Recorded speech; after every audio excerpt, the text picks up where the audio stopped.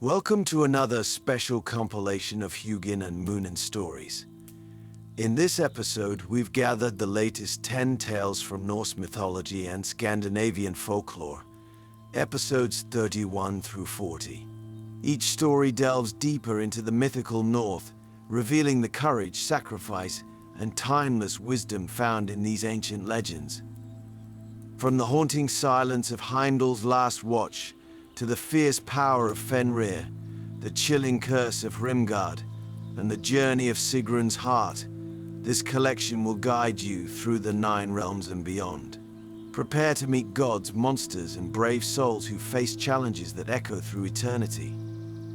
Thank you for joining us on this journey once more.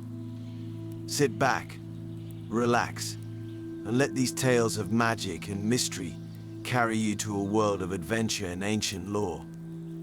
Enjoy.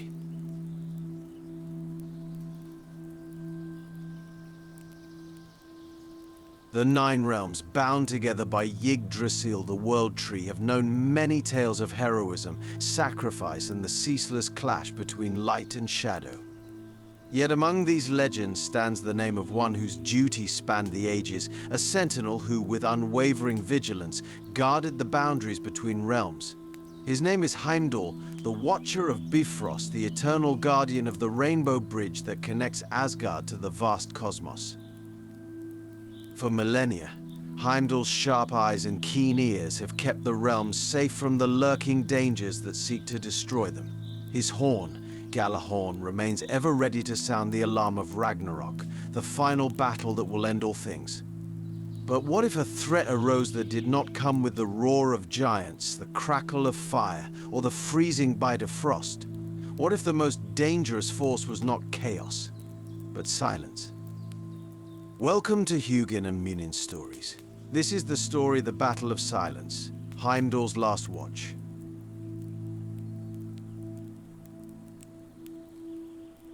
Chapter 1, The Watcher's Vigil.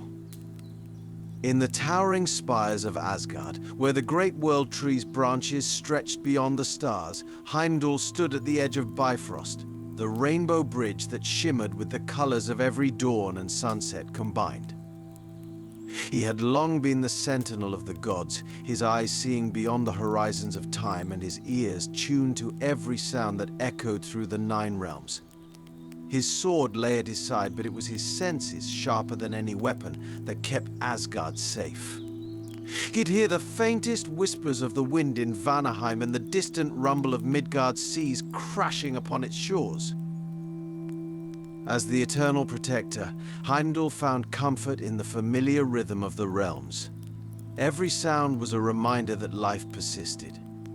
The song of the light elves in Alfheim, the hearty laughter of warriors in Valhalla, the whispers of the Norns at their loom.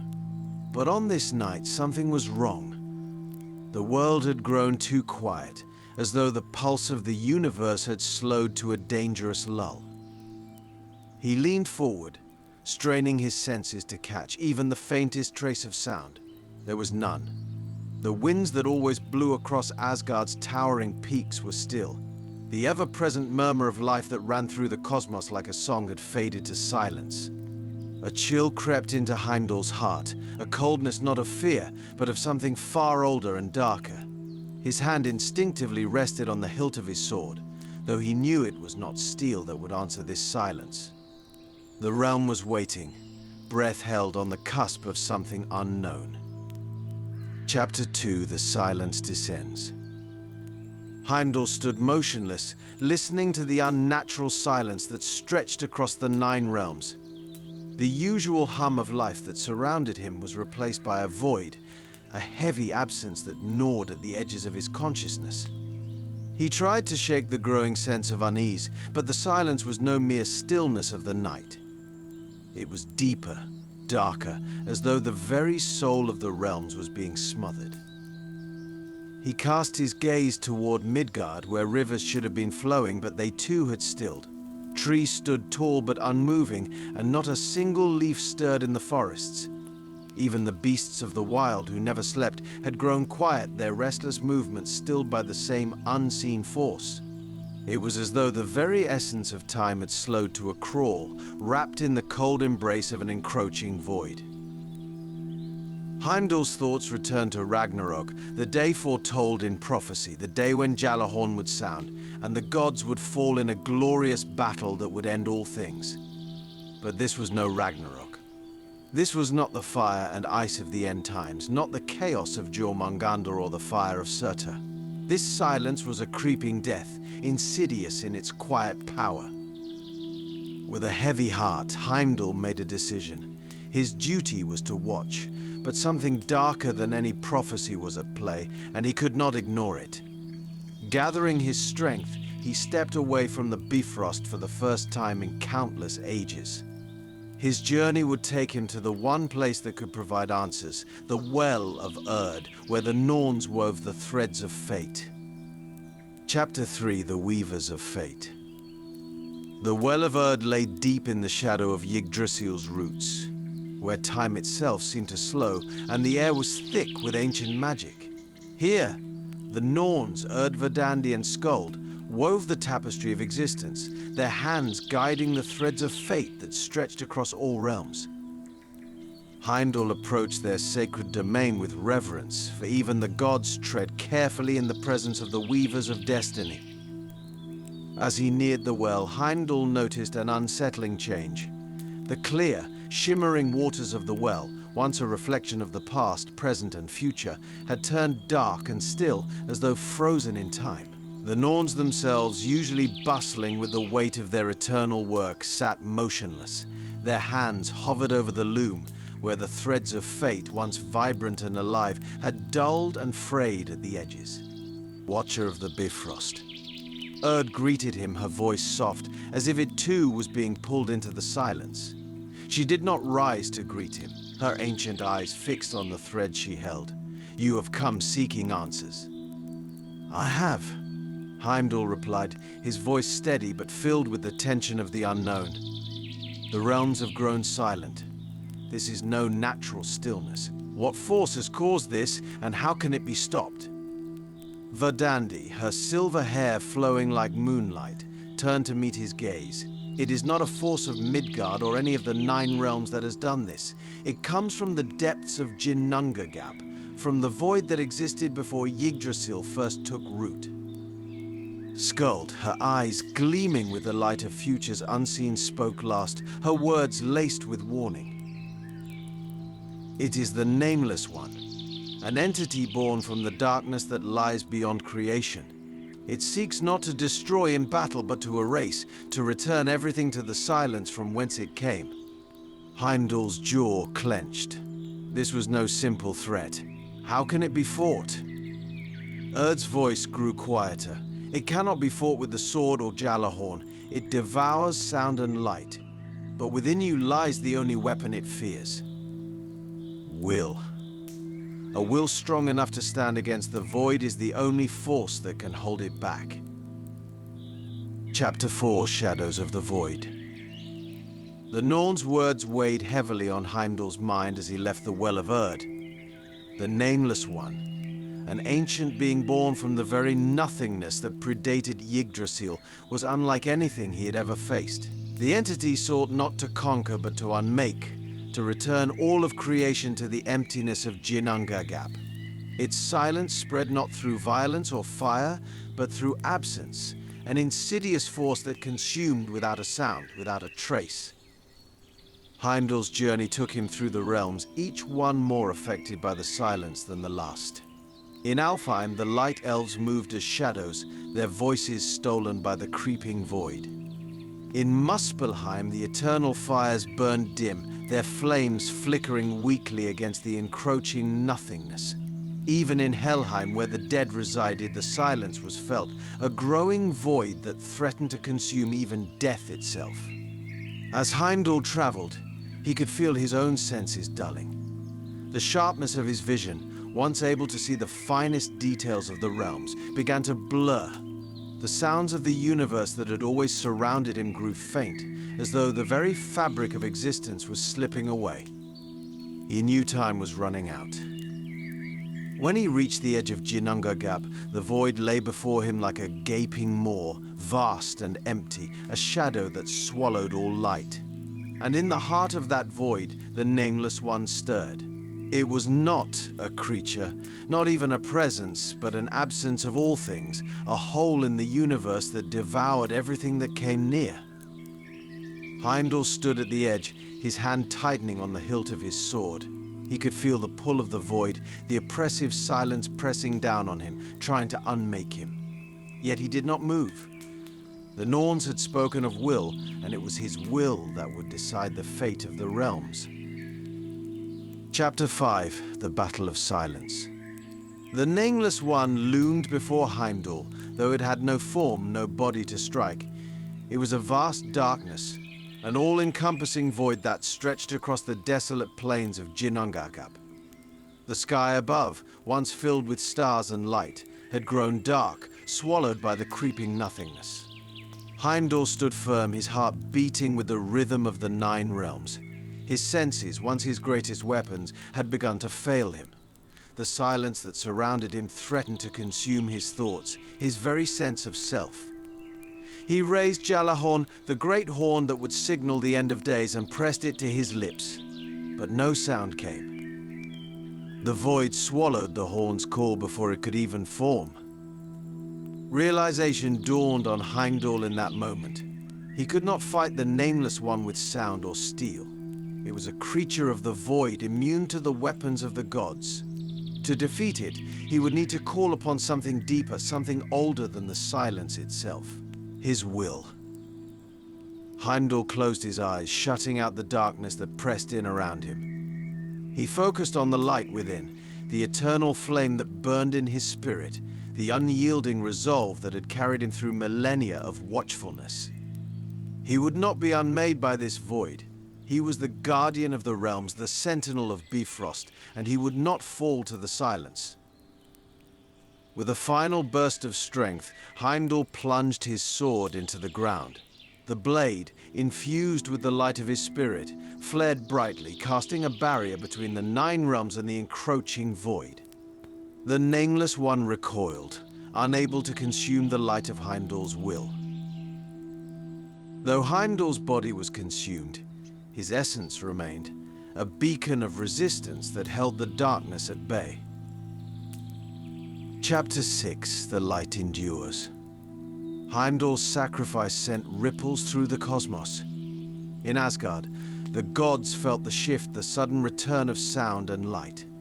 The rivers flowed once more, the winds carried the song of the stars, and the distant hum of life filled the air once more. Yet they knew the cost. The Watchman was gone, his form consumed by the void, his place at Bifrost left empty. But though Heimdall's body had been taken by the Nameless One, his spirit remained. The 9 realms were safe for now, the void held at bay by the strength of Heimdall's will. His sacrifice had created a barrier, a line between existence and nothingness that the void could not cross. In the halls of Asgard, the gods gathered to honor Heimdall, their fallen comrade. His name was spoken in reverence, his deeds sung by the bards who told of his final stand against the silence. Yet even as they mourned his loss, they knew that Heimdall had not truly left them. His light burned still, an unseen force that watched over the realms, guarding them from the return of the void. Epilogue: The Eternal Song. As the 9 realms returned to life, the silence that had once threatened to consume them faded into memory. The rivers flowed again, the winds carried whispers of joy and sorrow, and the stars shone brightly in the skies above. But the story of Heimdall's sacrifice was not forgotten. In the halls of Valhalla, where warriors feasted and drank, his name was spoken with honor, a hero whose light had saved all creation. Far below, in the quiet corners of Midgard, mortal bards began to weave his tale into their songs. His story passed from village to village, across fields and mountains, until all knew of the Watcher who had given his life to save the realms from oblivion. His name became legend, spoken with reverence in the same breath as Odin and Thor.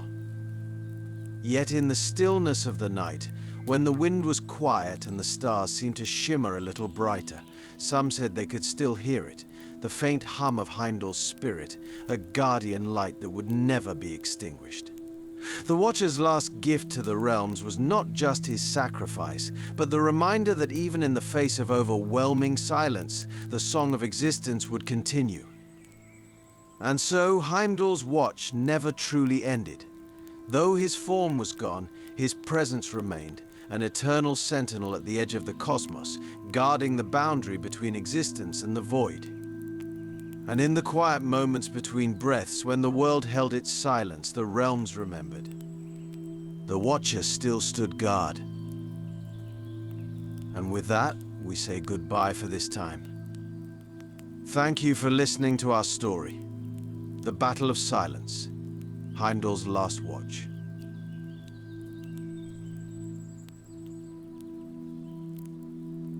In the frozen northern reaches of Midgard, beneath towering, snow-covered peaks, an ancient beast stirs.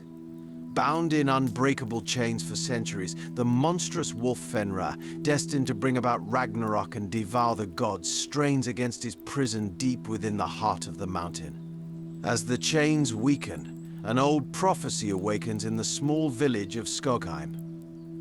Gunnar, a humble blacksmith unaware of his lineage, is thrust into a battle far beyond his understanding.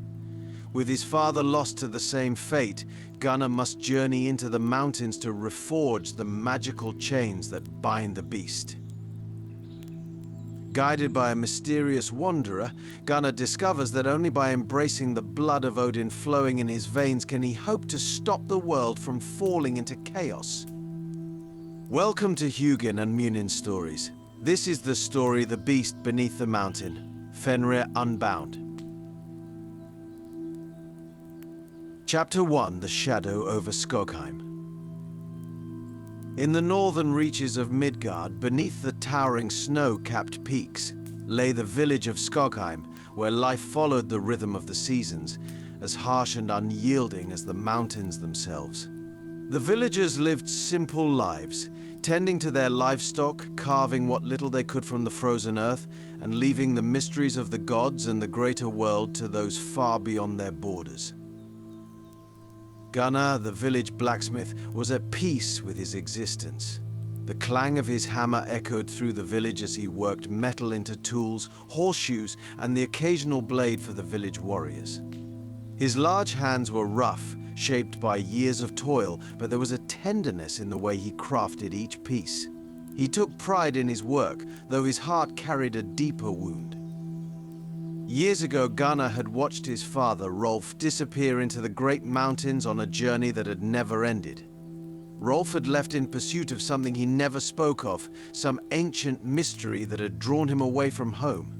No word ever came back, and his absence had carved a hollow place in Gunnar's life. As the days grew shorter and colder, the villagers whispered of an unsettling feeling in the air. The animals grew restless, and strange tremors ran through the earth, though none could say why. Gunnar dismissed it as the shifting of the mountain for what could trouble the gods in this forgotten corner of the world.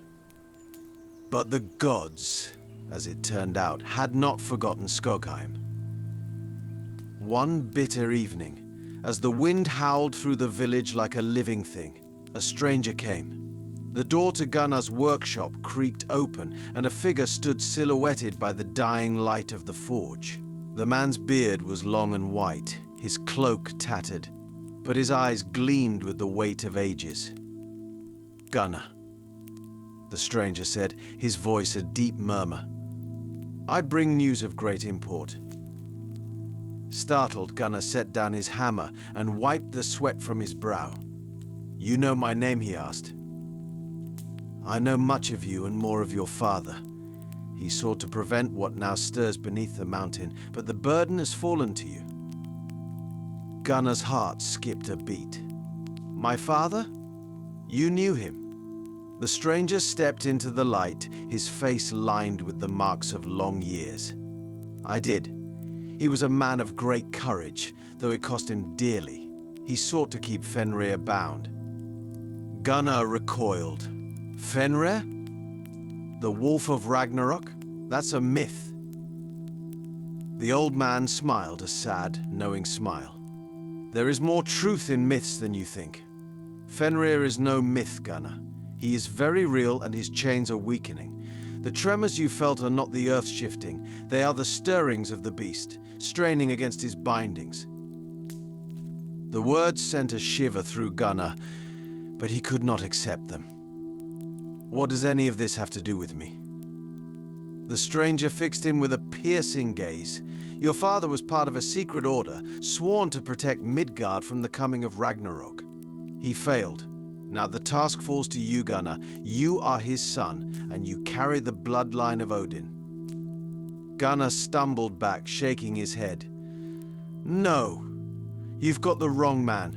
I'm a blacksmith, nothing more. But the old man was not swayed. The chains that hold Fenrir are failing, and only one of Odin's blood can reforge them. You must travel to the mountain's heart, to the ancient forge where the gods crafted the chains that bind the beast. You must reforge them, or all will be lost.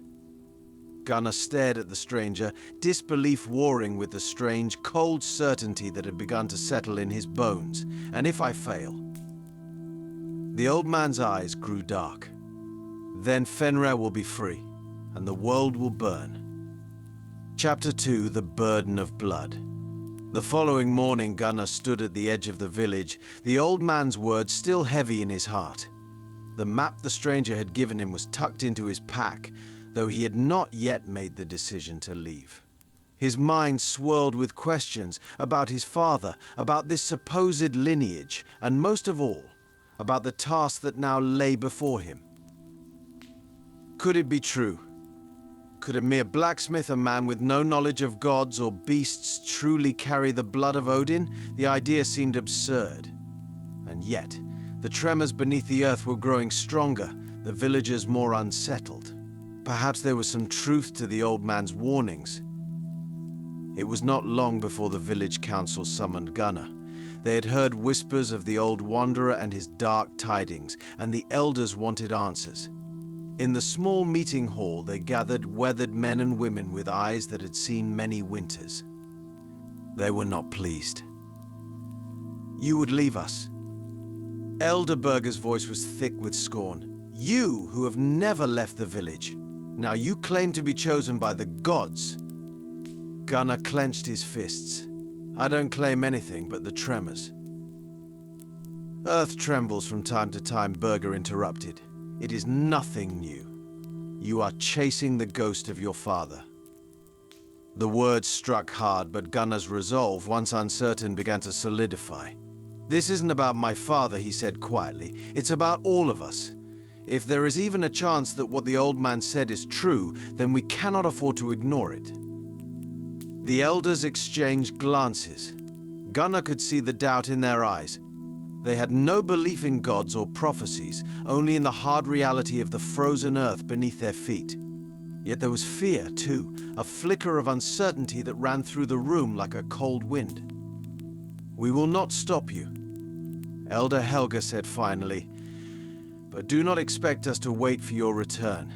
You are free to chase your fate into the mountains, but the village must move on. With that, the council dispersed, leaving Gunnar to contemplate the weight of his choice. He stood alone for a long time, watching as the sun dipped behind the mountains, casting long shadows across the village. He did not want this destiny. He did not want to leave the safety of the forge, the quiet rhythm of his life. But the old man's words gnawed at him. There was no denying the truth that had settled deep within him, like the cold steel he worked with every day. The village could not see it, but Gunnar knew. He knew that something dark was coming. Chapter 3: The Path to the Mountain. With the sun barely risen, Gunnar set out for the mountains. The air was bitter, and the wind cut through his cloak as he followed the narrow path the old man had marked on the map. The weight of the sword at his side felt unfamiliar, awkward, for Gunnar was not a warrior. He had forged weapons for others, but had rarely wielded one himself. The path wound higher, through dense forests of pine and across frozen rivers. The land was silent but for the distant howl of the wind and the occasional groan of the earth beneath his feet. The higher Gunnar climbed, the more the world seemed to shrink beneath him, until Skogheim was nothing more than a distant memory, a place he might never return to. For days he traveled alone, the cold gnawing at his bones. The mountain loomed above him, vast and unyielding. At night he huddled beneath his cloak, staring into the flames of his campfire, wondering if the old man had sent him on a fool's errand. But as the days passed, the signs became undeniable. Strange tracks in the snow, massive paw prints, far too large to belong to any beast Gunnar had ever known. And the tremors grew stronger, more frequent, as if the mountain itself were warning him to turn back.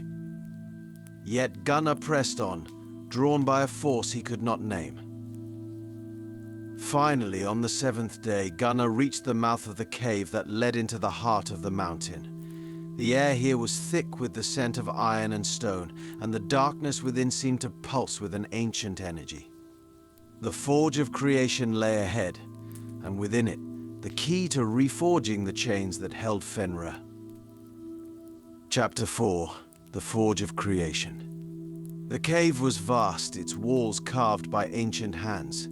Gunnar could feel the power in the air, a deep thrumming pulse that resonated through the stone and into his very bones. The path led downward, spiraling deeper into the mountain's core, where the forge awaited.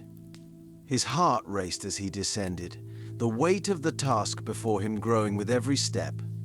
The forge had been dormant for centuries, forgotten by all but the gods. How could a simple blacksmith from a small village hope to master it?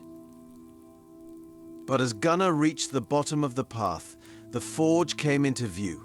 It was a massive structure, crafted from obsidian and dark iron, its once mighty fires long since extinguished. In the center stood an anvil, and beside it, the shattered remains of the chains that had once held Fenrir. Gunnar approached the forge with trembling hands, his mind racing. He had no knowledge of divine craftsmanship, no understanding of the magics that had once bound the wolf. But the old man's words echoed in his mind. "You carry the blood of Odin." With a deep breath, Gunnar laid out the fragments of the chains and began to work. Chapter 5: The Awakening of the Forge. Gunnar worked in silence, his hammer falling with steady, rhythmic strikes against the cold metal of the broken chains. Each blow echoed through the chamber like a heartbeat, reverberating off the cavernous walls, and the remnants of the ancient chains seemed to hum with a forgotten power. The forge, long dormant, stirred at his touch. He wasn't alone. The weight of unseen eyes pressed upon him, watching from the shadows. But Gunnar dared not falter. His hands, once used to shaping simple iron into tools and blades, now moved with purpose beyond his own understanding. The hammer felt lighter than it ever had, and with every strike, a spark of something ancient, something divine, ignited within the metal. The fragments of the chain, broken for centuries, began to come together. Each link gleamed in the dim light of the forge, reforged not only with fire and steel, but with the power of his bloodline, the power of Odin himself. And as he worked, Gunnar felt that power awaken in his veins, an inheritance he had never asked for but could no longer deny. The ground beneath him trembled. He paused, wiping sweat from his brow as the earth quaked more violently than before. The tremors were no longer just warnings, they were Fenrir's rage. The beast knew his prison was being mended, and with every passing moment it strained harder against the weakening chains. Time was running out. A low, guttural growl rumbled through the chamber, so deep it felt as though the mountain itself growled with it. Gunnar's heart pounded in his chest, but he couldn't stop now. He struck the chains harder, faster, his arms burning with effort as the forge blazed to life, the flames rising higher with each swing of his hammer. But just as the final link was nearly complete, a cold wind swept through the chamber, extinguishing the forge's fire in an instant. The darkness that followed was absolute smothering. Gunnar Hammer fell silent. From the shadows, a voice slithered through the air like smoke. So, the son of Rolf dares to challenge the god's will. How quaint.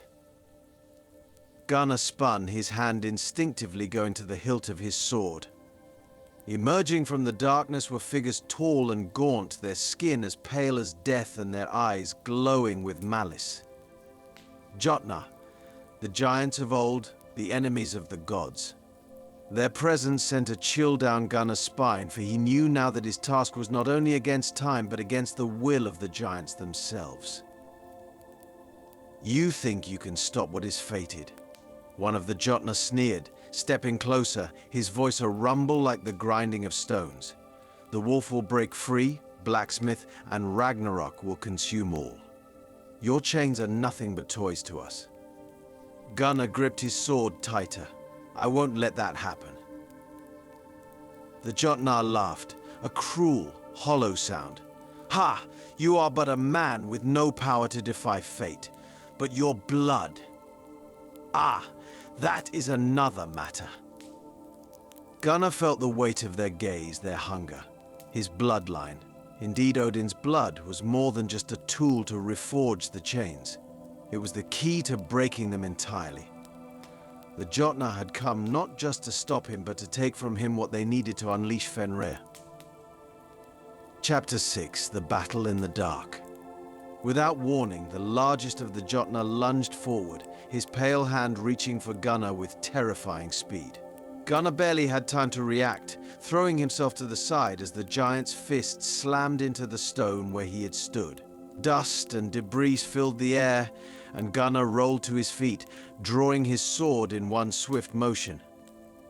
The blade gleamed faintly in the dim light, but against the giants, it felt small and fragile. Yet Gunnar's blood sang with the heat of the forge, and he felt the strength of his ancestors coursing through him. With a shout, Gunnar charged. His blade flashed, cutting through the air with precision as he aimed for the nearest Jotnar. The giant moved to block, but Gunnar was faster than he had any right to be. The sword struck true, slicing through the giant's arm. A howl of pain echoed through the chamber as the Jotnar reeled back, clutching his wound. But there were more of them. From the shadows, 3 others advanced, their eyes burning with fury. Gunnar barely had time to think as the next attack came, a blow so powerful it sent him flying across the cavern, crashing into the stone wall with a sickening thud. Stars exploded in his vision, and pain shot through his body. But he forced himself to stand. He couldn't afford to fail. As the Jotnar closed in, Gunnar's mind raced. He couldn't defeat them by strength alone. His sword might wound, but it wouldn't stop them. He needed something more. His eyes flicked to the forge, the unfinished chain still glowing faintly on the anvil. The key to victory lay not in battle, but in completing what he had started. With a sudden burst of clarity, Gunnar sprinted toward the forge, dodging the giant's attacks as he moved. The Jotnar roared in frustration, their massive hands clawing at him as he weaved between them. One nearly caught him, but Gunnar slid beneath its grasp, his hand reaching out to grasp the hammer once more. With a mighty swing, he brought the hammer down on the final link of the chain. A flash of light exploded from the forge, so bright and powerful it sent the Jotnar stumbling back, shielding their eyes. The chain, now whole, glowed with a fierce, otherworldly light, the light of Odin's power. Gunnar grabbed the chain, its heat searing his palms, but he didn't let go. He turned to face the Jotnar, the weight of his bloodline burning within him. "It's over," he growled, his voice filled with a strength he had never known. The Jotnar hesitated, their eyes flicking between Gunnar and the glowing chain. They could sense the power radiating from it, a power that even they feared. But before they could act, the ground beneath their feet trembled violently. The cavern walls shook, and from the depths of the mountain came a sound so terrible, so primal, it froze the blood in Gunnar's veins. Fenrir. The beast was stirring, awakened by the reforged chain. Gunnar knew then that his battle was not with the Jotnar. It was with the wolf itself. Chapter 7, Fenrir Unbound. The tremors grew stronger, the sound of cracking stone echoing through the cavern as the ground split open. From the depths, a massive clawed paw emerged, followed by another, and then from the darkness Fenrir rose. The wolf was larger than any creature Gunnar had ever seen, its fur black as night, its eyes burning with a savage fire. Its breath came in low, rumbling growls, and its chains, old and weakened, barely held it in place. Gunnar stood frozen for a moment, staring at the beast that had haunted the gods themselves. Fenrir strained against the chains, its fangs bared, and with a final bone-rattling roar, one of the links snapped. Time seemed to slow as the wolf broke free, its immense form towering over the cavern. Gunnar knew he had only one chance. He had to bind the wolf again now before it fully escaped. With the reforged chain glowing in his hands, Gunnar charged. The Jotnar, now terrified, scattered like leaves in the wind as Gunnar approached the wolf. Fenrir's eyes locked onto him, filled with a malice older than the world itself. Gunnar leapt forward, the chain held high. As Fenrir lunged, jaws wide, Gunnar threw the chain with all his strength, looping it around the wolf's massive neck. The magic of the chain took hold, tightening as Fenrir roared in fury, thrashing wildly as it tried to shake the bindings loose. But the chain held. Its power, Odin's power, was unbreakable. Chapter 8, The Final Sacrifice. Yet even as Gunnar secured the chain, he knew it would not be enough. The wolf was too strong, and the binding too fragile. The prophecy was clear. A life must be given to seal the prison forever. Gunnar's heart pounded as the realization sank in. His father had known this truth. Rolf had given his life to buy the world more time, and now Gunnar would have to do the same.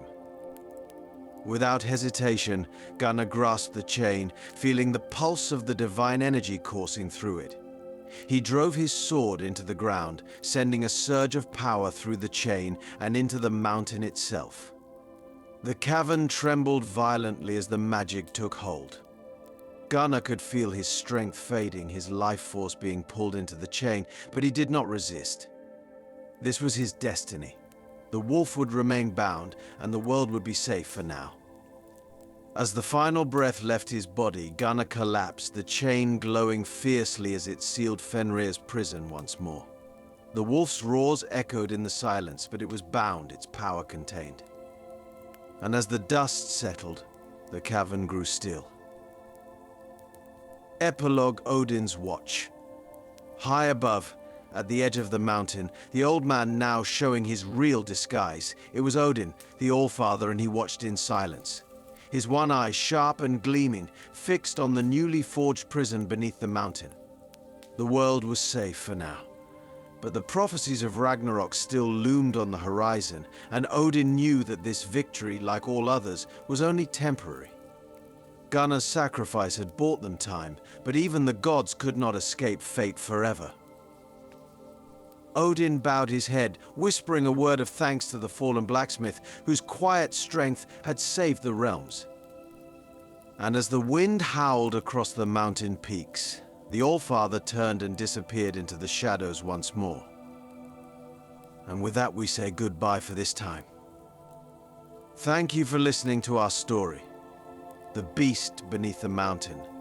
Fenrir Unbound. In the frozen village of Hrimgard, life is shaped by the unyielding cold and the unspoken fear of the silent bell, an ancient relic that has hung in the chapel for as long as anyone can remember.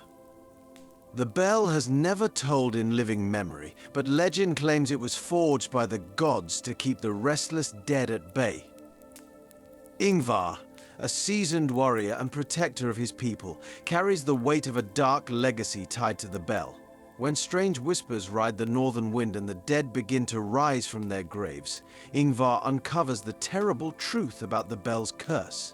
To save his village, he must destroy the bell, but doing so will demand the ultimate sacrifice. As the dead close in and time runs short, Ingvar faces a harrowing choice that will define his fate and the fate of Hrimgard forever. Welcome to Hugin and Munin Stories. This is the story The Silent Bell, the curse of Hrimgard. Chapter 1, Whispers of the North Wind. The village of Hrimgard lay nestled in the shadow of towering ice-capped mountains. The sun, rarely seen, hovered low in the sky, casting long, dark shadows over the snow-covered fields. For generations, life in Hrimgard had been as harsh as the winter winds that lashed its frozen shores. The people, hardened by the cold, eked out their survival by the strength of their hands, the sharpness of their blades, and the unyielding rhythm of the seasons. Yet there was one thing that the villagers feared more than the cold: the silent bell. Suspended in the crumbling bell tower of the old chapel, it had never rung in living memory. The elders whispered of its curse, of how it was forged by the gods to keep something terrible at bay. But few spoke of it openly, for it was a fear that gnawed at the soul, a fear that they wished to bury as deeply as the dead. Ingvar, a rugged warrior with the cold steel of a hunter in his eyes, stood at the edge of the village, his breath fogging the air in front of him. His hands, scarred and calloused, rested on the hilt of his sword. He had lived his entire life in the village, a protector of his people. The weight of his father's legacy hung over him like a shroud. His father, once the village elder, had disappeared when Ingvar was but a child, vanished into the night after swearing he had heard the bell toll, soft and distant, in the dead of winter. The memory haunted Ingvar still. It was on nights like this, when the northern wind carried strange, hollow whispers, that Ingvar felt the past creeping upon him. The dead had been restless lately. He had seen the disturbed graves in the village cemetery, the dark, empty holes where bodies had once lain. And worse, he had seen the shadows, dark figures moving through the forest at the edge of the village, their eyes glowing faintly in the moonlight. The bell hung silent above the village, but something ancient stirred in the earth. Chapter 2, Dark Figures in the Forest. Days passed, and the cold deepened. Winter in Hrimgard was unforgiving, but this year felt different, unnaturally harsh. The winds howled through the village like wolves on the hunt, and the snow fell heavier than ever, burying homes and fields alike. But it wasn't just the cold that gnawed at the villagers. It was the dread, the palpable sense that something was coming. In the dead of night, Ingvar lay awake in his small, stone-walled home. His thoughts, heavy with worry, drifted back to the old tales his father used to tell him, stories of the gods, of Fenrir, whose spirit was tied to Ingvar's bloodline. But he had never felt the peace and fertility that Fenrir was said to bring. His life had been a constant struggle, a battle against the elements, against loss, and now, it seemed, against the dead themselves. Suddenly, a distant scream cut through the night. Ingvar was on his feet in an instant, his hand on the hilt of his sword as he rushed to the door. The wind howled as he stepped outside, but his eyes were sharp, and he saw it, a figure, shrouded in darkness, moving at the edge of the forest.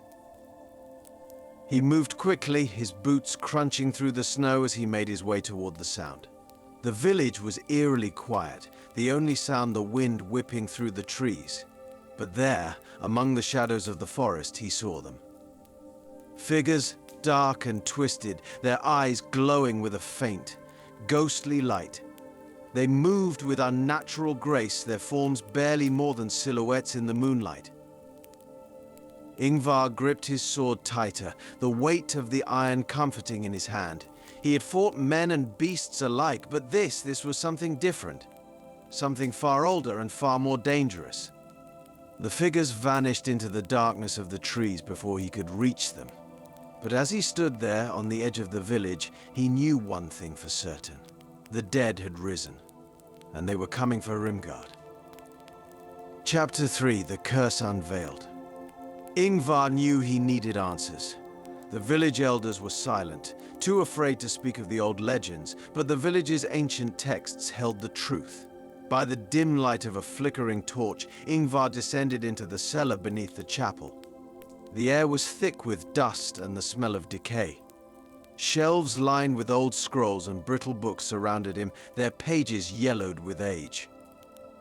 Hours passed as Ingvar pored over the ancient tomes. His eyes burned with exhaustion, but he pressed on.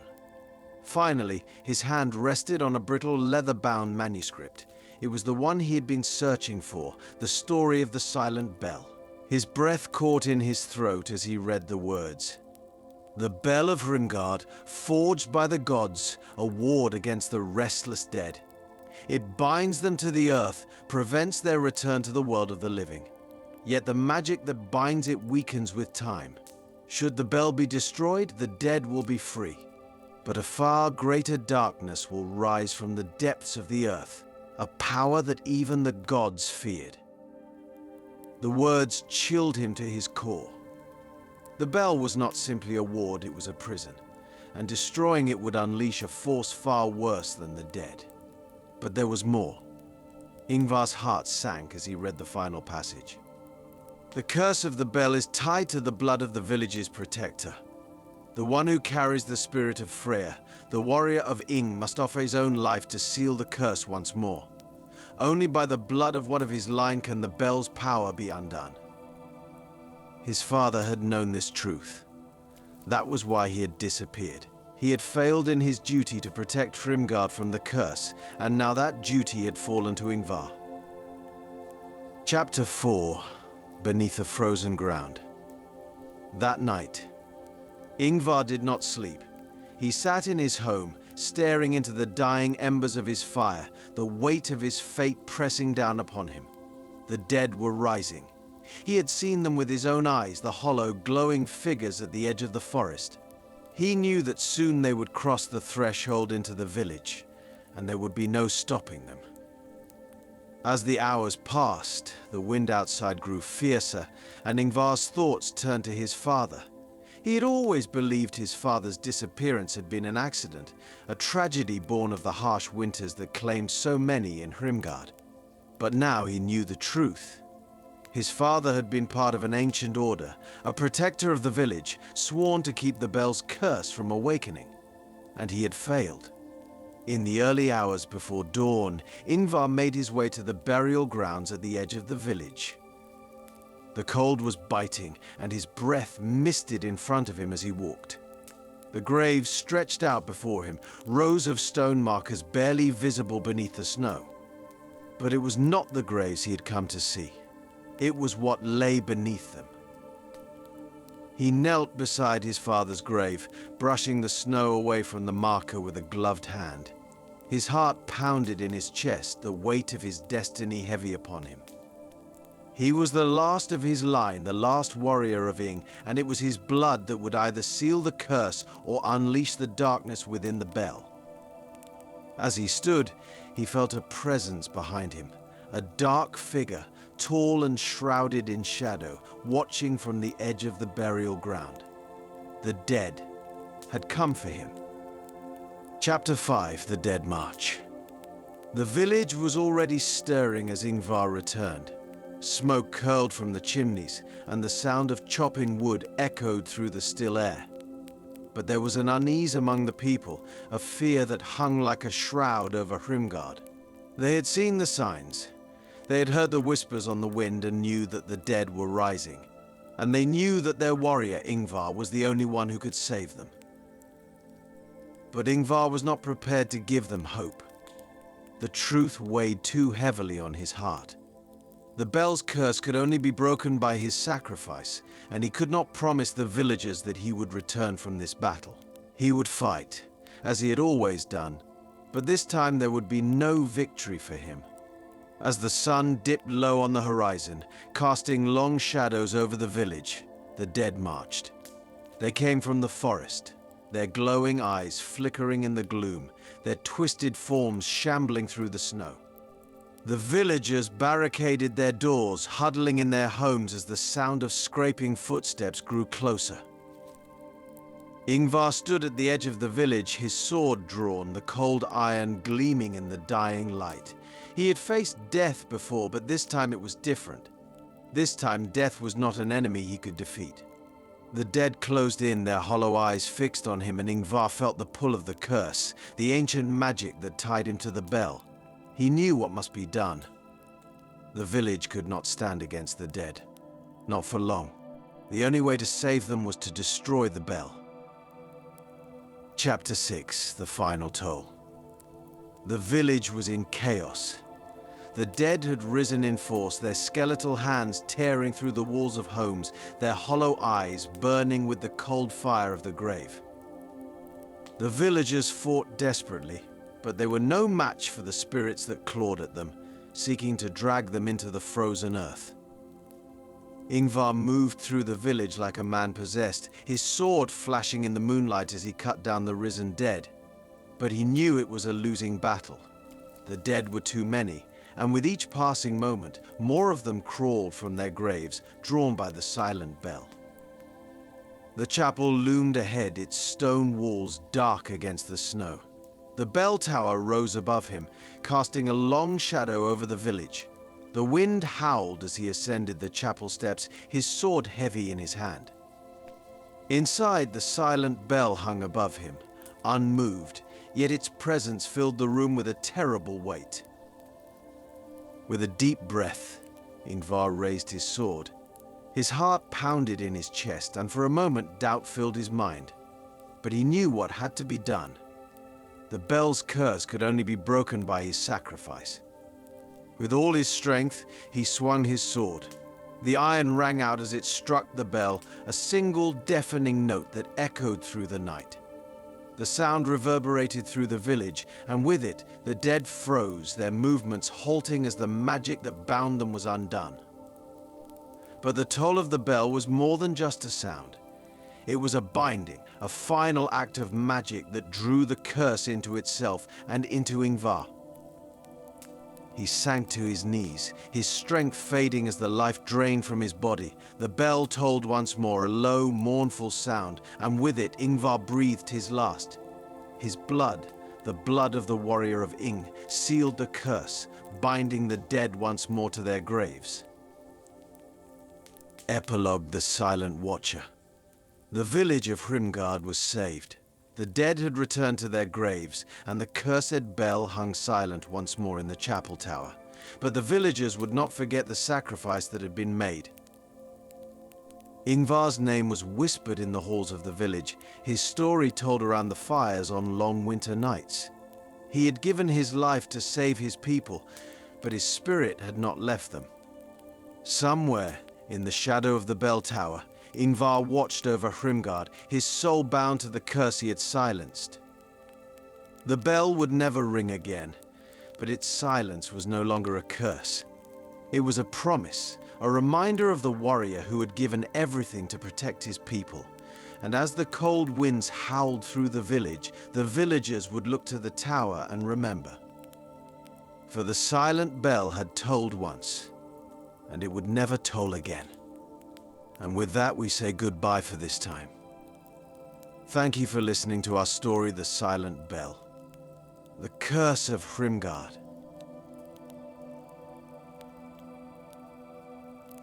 In the frozen wilderness of the north, where honor and strength are the measure of a man, Bjorn, once a celebrated warrior, now wanders in disgrace.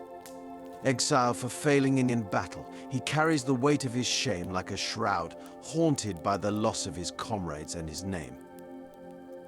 But fate is not done with Bjorn. In a forgotten cave beneath the icy peaks, he discovers Ormtunga, the legendary sword known as the Serpent's Tongue, said to grant its wielder unmatched power. With the blade in hand, Bjorn sees a chance to reclaim his lost honor.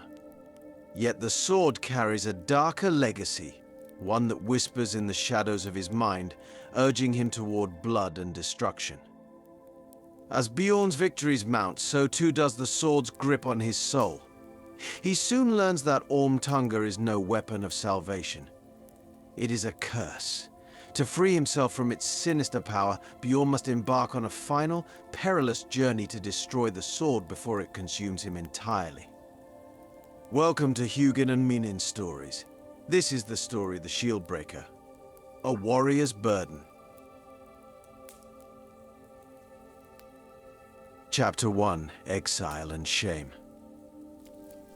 The wind howled through the highlands, biting at Bjorn's skin like 1,000 knives. His fur cloak, tattered from countless nights in the wilderness, offered little warmth against the icy breath of the north. He had walked for days, tracing a path along the mountains, where jagged peaks reached toward the grey sky like the teeth of some ancient beast. Below him, the fjords lay in eerie silence, their icy waters mirroring the clouds above. Bjorn's heart was as heavy as the cold iron axe that hung from his belt. Once he had been hailed as a warrior of renown. His name had echoed in the mead halls, sung in the songs of skalds. But that was before the battle that had torn his life apart. The battle where he had failed. Where his men, his brothers, had fallen and he had fled. Coward, they had called him. Oathbreaker. His honor had been stripped away like bark from a tree. The event left him hollow inside. Indeed, he had wandered ever since, haunted by the faces of the dead. His clan had exiled him, casting him out into the wilds with nothing but his shame for company. Bjorn no longer feared the cold or the beasts that prowled the wilderness.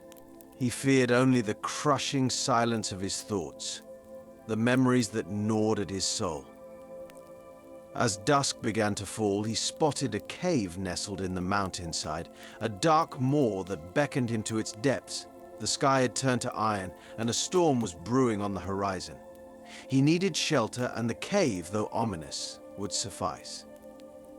Bjorn trudged forward, his steps heavy, his breath misting in the frigid air. Inside, the cave opened into a wide chamber, its walls lined with strange carvings, runes worn with age, their meanings lost to time. Bjorn ran his calloused fingers over the stone, feeling the grooves beneath his skin. There was something ancient about this place, something that stirred a faint memory in the back of his mind, but he could not place it. It was then that he saw it, half buried beneath rubble and dust, hidden beneath centuries of neglect. A chest, bound in rusted iron and wrapped in decayed leather, lay at the far end of the chamber. The runes etched into its surface glowed faintly in the dim light, as if they were alive, waiting. Bjorn's heart quickened. His hands trembled as he knelt before the chest and pried it open. Inside, wrapped in brittle cloth, was a sword. Its blade, untouched by the passage of time, gleamed like silver in the faint light. The hilt was fashioned in the likeness of a serpent, its scales intricately etched along the grip, and the blade itself was as sharp as a serpent's tongue. Bjorn's breath caught in his throat. Ormtunga, the serpent's tongue. The legends spoke of this sword, forged in an age when gods still walked the earth. It was said to be the mightiest weapon ever made, able to cleave through stone and steel as easily as flesh. But there were darker tales too, whispers of a curse that clung to the blade. A curse that would consume any who dared wield it. Yet in that moment, Bjorn didn't care. His life had become a shadow of what it once was. Redemption, power, honor, all of it seemed within reach, gleaming in the cold light of the cave. He reached for the sword. Chapter 2. The Serpent's Tongue. The moment Bjorn's hand wrapped around the hilt of Ormtunga, he felt a jolt of power surge through his veins, as though the blade itself was alive. His grip tightened as he pulled it free from its ancient bindings, the sword feeling weightless in his hand, despite its formidable size. A whisper, faint and seductive, brushed against the edge of his consciousness, but Bjorn paid it no mind. He had found what he needed. The path to redemption was clear. The storm outside had turned fierce, winds howling like wolves as snow whipped across the mountains. But Bjorn felt none of it. His mind was on the sword, on what it promised. His name, once lost to disgrace, would rise again. No longer would he wander the wilderness like a beaten dog. He would be a warrior once more, a conqueror. As the storm raged, he set off from the cave, the sword gleaming in the dying light of day. It felt as though the very earth trembled beneath his feet, as though the mountains themselves recognized the return of something ancient and terrible. Bjorn's heart raced with the promise of battle, of victory. Word spread quickly through the north. Bjorn the coward had returned, but not as the broken man who had fled in shame. No, this was a different Bjorn, one who carried the legendary blade of the serpent's tongue. His first battle came swiftly.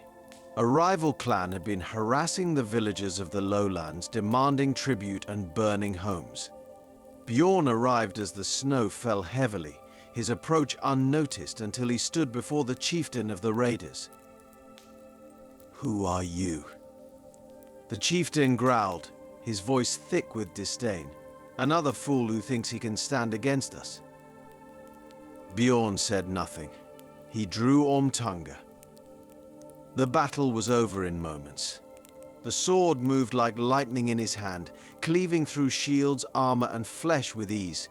Bjorn's strength, already formidable, seemed to double with each swing of the blade. The chieftain's warriors fell one by one, their blood staining the snow. And then with a single devastating blow, the chieftain himself was cut down, his body crumpling like brittle leaves. The villagers watched in awe, their fear turning to wonder. Bjorn had returned not as a man, but as a force of nature. But with each stroke of the sword, Bjorn felt the whisper grow louder, its words curling around his thoughts like smoke. More blood. More. He ignored it, though a shadow of doubt crept into his heart. Chapter 3, The Seer's Warning. Days turned to weeks, and weeks to months. Bjorn's reputation spread like wildfire, his victories stacking one upon another. Warbands who once mocked his name now trembled at the sight of him, at the sight of Ormtunga. He had regained everything he had lost: honor, fear, respect. But the sword, always the sword, whispered in his mind. Each battle seemed to demand more of him. He fought harder, struck faster, each swing more brutal than the last. Bjorn found himself relishing the carnage, the thrill of battle, in ways he never had before. His nights were filled with dreams of conquest, of ruling the north, of carving his name into the bones of his enemies. But then came the night, when Bjorn encountered the seer. It was after a battle, his blood still hot from the fight, when a woman approached him. She was old, her hair white as frost, her eyes dark as nightfall. She moved with a grace that belied her years, her gaze fixed upon him as though she saw through his flesh and into his very soul. "I am Frida," she said, her voice soft but commanding. "I know what you carry, Bjorn. The sword is not a gift, it is a curse." Bjorn frowned, his hand instinctively going to the hilt of Ormtunga. "A curse? It has brought me nothing but victory." Frida shook her head. "It feeds on you, warrior. With each battle it takes a part of you. Your victories come at the cost of your soul. The sword was forged in darkness, not for men, but to break them. If you continue to wield it, there will be nothing left of you but the rage of the serpent's tongue." Bjorn's heart pounded in his chest. He wanted to dismiss her words as the ramblings of an old woman, but something in her eyes made him pause. He had felt the sword's pull, its whispers growing stronger with every kill. Still, he was too far gone. The power was too intoxicating. "I have no choice," he said. "This sword is my path to redemption." Frida's gaze softened. "There is always a choice, Bjorn. but only you can make it." And with that, she was gone, leaving Bjorn alone with his thoughts and the sword's growing hunger. Chapter 4. The Breaking of Ormtunga. The days after Frida's warning were a blur of blood and steel. Bjorn fought battle after battle, each one more brutal than the last. The sword had become an extension of his arm, guiding his strikes with deadly precision. But with every kill, he felt a part of himself slip away, like sand through his fingers. Then came the final battle. It was a siege, a desperate struggle against a rival warlord who had gathered a mighty army. Bjorn led his men into the fray, Ormtunga blazing in his hand. The sword cleaved through armor and bone as though it hungered for death, and Bjorn gave it freely. His warriors fought beside him, but in the heat of battle, Bjorn lost control. The sword's whispers became screams, and suddenly Bjorn was no longer in command of his own body. Ormtunga guided his hand, forcing him to strike down not just his enemies, but his allies. His comrades, the men who had followed him through fire and death, fell beneath his blade. When the battle ended, Bjorn stood alone, surrounded by the bodies of those he had once sworn to protect. Horror gripped him. The sword had consumed him, just as Frida had warned. There was only one thing left to do. Chapter 5. The Forge of the Gods. Bjorn set out for the mountains once more, this time with a single purpose: to destroy Ormtunga. The sword fought him every step of the way, its whispers now deafening, promising him power, glory, dominion over all the north. But Bjorn, weary and broken, knew better. The journey was long and perilous, and along the way he was hunted by those who sought to claim the sword for themselves. Rival warlords, sorcerers, even the gods themselves sent agents to stop him. But Bjorn pressed on, driven by the need to rid himself of the cursed blade. At last he arrived at the forge, an ancient place hidden deep within the mountains, where the fires of creation still burned hot. This was the forge where Ormtunga had been born. Bjorn stood before the molten fire, the sword in his hand, its voice screaming in his mind. It showed him visions, visions of power, of ruling the north, of bending the world to his will. But Bjorn knew the truth. Ormtunga was not his salvation, it was his curse. With a final, agonizing effort, he hurled the sword into the forge. The fire roared as the blade melted away, and the screams of the serpent's tongue echoed through the mountains before fading into silence. Bjorn collapsed, exhausted, broken, but with a massive weight lifted off his chest. At last he was free.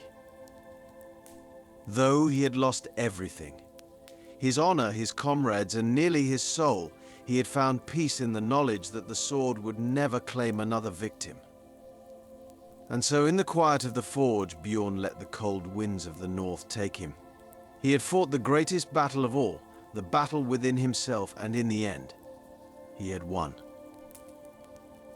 And with that, we say goodbye for this time. Thank you for listening to our story, The Shieldbreaker, A Warrior's Burden.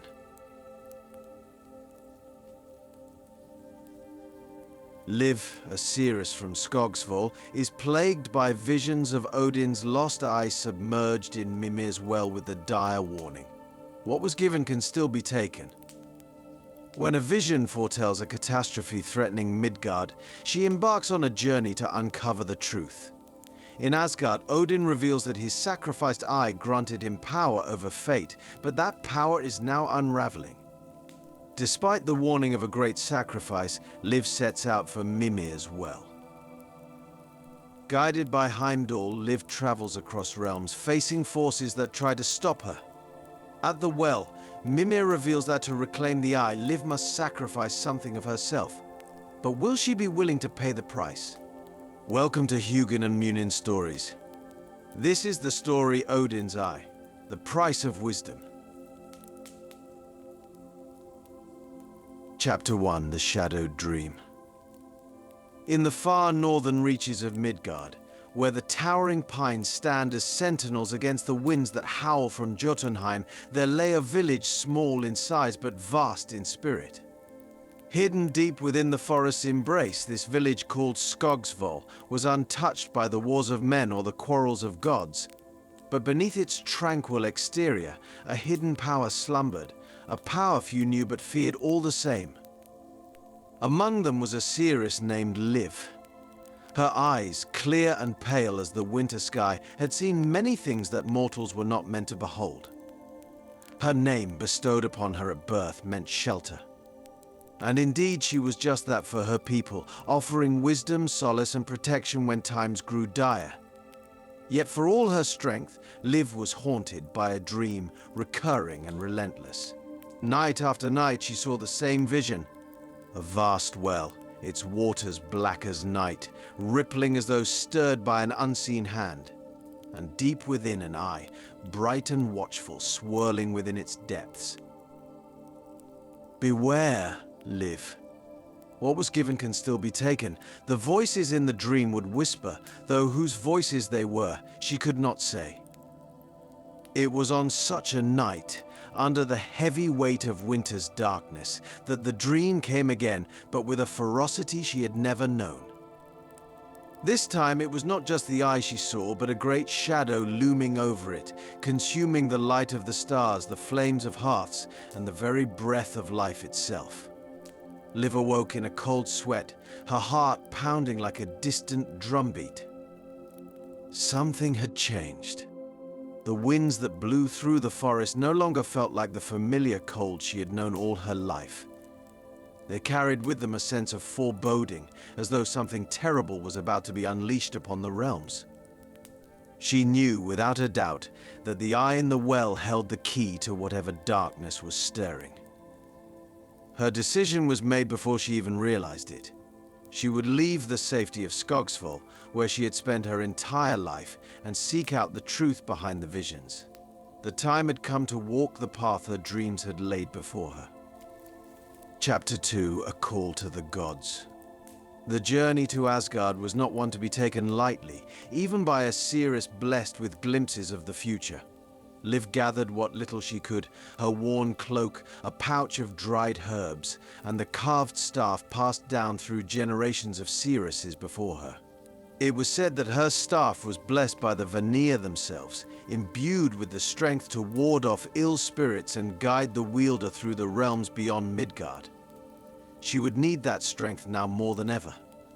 As she stepped beyond the borders of her village, the towering trees seemed to lean inward, as though bidding her farewell, or perhaps warning her of what lay ahead.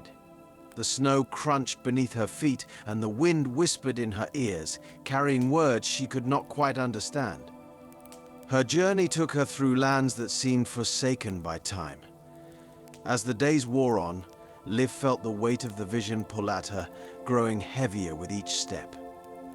At times she questioned whether she had made the right choice, whether it was madness to think that she, a mere mortal, could seek answers from the Allfather himself. Yet her visions gave her no peace. The darkness she saw encroaching upon the realms grew closer with every breath, and her heart knew that there was no turning back. It was after many days that she came to the foot of the great rainbow bridge, Bifrost, its gleaming span reaching across the heavens. There, standing sentinel at its threshold, was Heimdall the Watcher. His gaze, ever vigilant, fell upon her with the weight of centuries, and though he spoke no word, his eyes asked the question that needed no voice. "I seek an audience with Odin," Liv said, her voice steadier than she felt. "I am Liv, a seeress of Midgard, and I have seen visions that speak of a great unraveling, one tied to the eye he sacrificed at Mimir's well." Heimdall's face remained inscrutable, but his gaze lingered on her for a moment longer, as though measuring her worth. Finally, with a nod, he stepped aside, allowing her passage across the shimmering bridge. Asgard rose before her, its golden spires piercing the clouds. The halls of the gods echoed with a grandeur beyond anything she had imagined, But as Liv walked through the gates of Valaskaf, Odin's hall, she felt not awe, but a deep and abiding tension. The gods themselves, she realized, were not untouched by fear. In the great hall, upon his high seat, sat Odin the Allfather, the one who had given his eye for wisdom. His presence was like a storm contained within a single figure, vast and wild yet controlled. When his one eye fell upon Liv, she felt the weight of ages press upon her. "You seek knowledge, mortal." His voice was low, but it rumbled through the hall like thunder. Liv stepped forward, unafraid. "I seek answers, All-Father. I have seen your eye lost in the well of Mimir, but I have also seen shadows rising. A darkness that threatens to unravel the Nine Realms. The wisdom you gained is slipping away, and the price you paid may yet cost more than you knew." Odin's face, sharp and lined with the burden of countless battles, softened for a fleeting moment. Then, with a sigh, he motioned for her to approach. "The wisdom I sought was not merely for myself," Odin said, his voice softer now, almost pained. "It was for all. But the eye I gave, it was more than just an offering. It was a bond with fate itself, and now that bond is unraveling. There are forces that even I cannot control." Liv's heart sank. What must be done? Odin's gaze darkened. To reclaim the eye, to restore balance, someone must take my place. Chapter 3. Across the Realms. The words of Odin weighed heavy upon Liv as she stood before him, feeling the cold gaze of his remaining eye fix upon her like the eye of a storm. His words lingered in the air like the chill before a tempest. To reclaim the eye, someone must take my place. Odin's words still echoed in Liv's mind. Liv could feel her pulse quicken, but her resolve did not falter. She had not come this far only to turn back now. The darkness she had seen in her dreams, the shadow encroaching upon all the realms, left her with little choice. She was not just seeking answers for herself, but for the fate of all who dwelled within Midgard and beyond. "I will go to Mimir's well," she said softly, though her voice carried across the hall with a strength that surprised even her. "If it is the only way to restore balance, I will do what must be done." Odin's eye narrowed as though he could see the threads of fate winding around her. There was a moment of silence, thick and impenetrable, before he nodded. "You do not yet understand the full price of what you offer," Odin said gravely, "but that is the burden of those who seek wisdom." He motioned toward Heimdall, who stepped forward from his post at the edge of the hall. His eyes, bright as the stars, met Liv's, and in them she saw a reflection of her own determination. He was the guardian of Bifrost, the watchman who saw all that passed between the realms, and now he would guide her on the most perilous journey of her life. "Come," Heimdall said, his voice deep and steady. "The path to Mimir's well is not one many have walked. Fewer still have returned." Liv followed him from Odin's hall, her heart racing, but with a purpose that held her fear at bay. As they approached the shimmering rainbow bridge once more, Liv felt a strange pull in her chest, as though the very fabric of the realms was shifting around her. Bifrost gleamed beneath their feet, stretching across the vast expanse of stars and sky. With each step, Liv could feel the weight of destiny press upon her, and for the first time she wondered what lay at the end of this path. As they crossed into the realms beyond, Heimdall remained silent, his watchful eyes scanning the horizon. Liv had never known such silence, broken only by the distant hum of Bifrost itself. It was as if the realms were holding their breath, waiting for her to make the choice that would decide their fate. Finally, Heimdall spoke. "Mimir's well lies far beyond Asgard, in the lands few dare to tread. It is guarded not by walls or warriors, but by the power of the well itself. Only those who are prepared to give everything may approach it." Liv nodded. She had expected no less. Her visions had prepared her for the danger ahead, but even the dreams that had haunted her could not fully reveal the gravity of what was to come. Why does the eye still call? Liv asked, her voice barely above a whisper. Why now? Heimdall was silent for a moment, his gaze distant, as though seeing beyond the present into the tangled web of time itself. When he finally spoke, his voice was heavy with the weight of ages. The eye holds more than just wisdom, he said. It holds the essence of Odin's power over fate. When he gave it to Mimir, he did so not only to gain knowledge, but to bind himself to the future of the realms. But now, something stirs in the shadows, forces that even Odin cannot control. The eye is slipping from its place, and with it, the threads of fate are unraveling. Liv shivered at his words, though not from the cold. It was a confirmation of the darkness she had seen, the shadow that loomed over her village and the 9 realms alike. They traveled far, passing through lands where the trees whispered ancient secrets and the winds carried the voices of forgotten gods. As they neared the edges of Yggdrasil, the great world tree whose roots and branches touched all realms, Liv could feel the presence of something vast and ancient, watching her from beyond the veil of sight. Heimdall stopped at the base of a great mountain, its peak lost in the clouds. Beyond this, he said, gesturing to the path ahead, lies Mimir's well. But you must go. Alone. Liv nodded. She knew that this final part of her journey was one she must face without aid.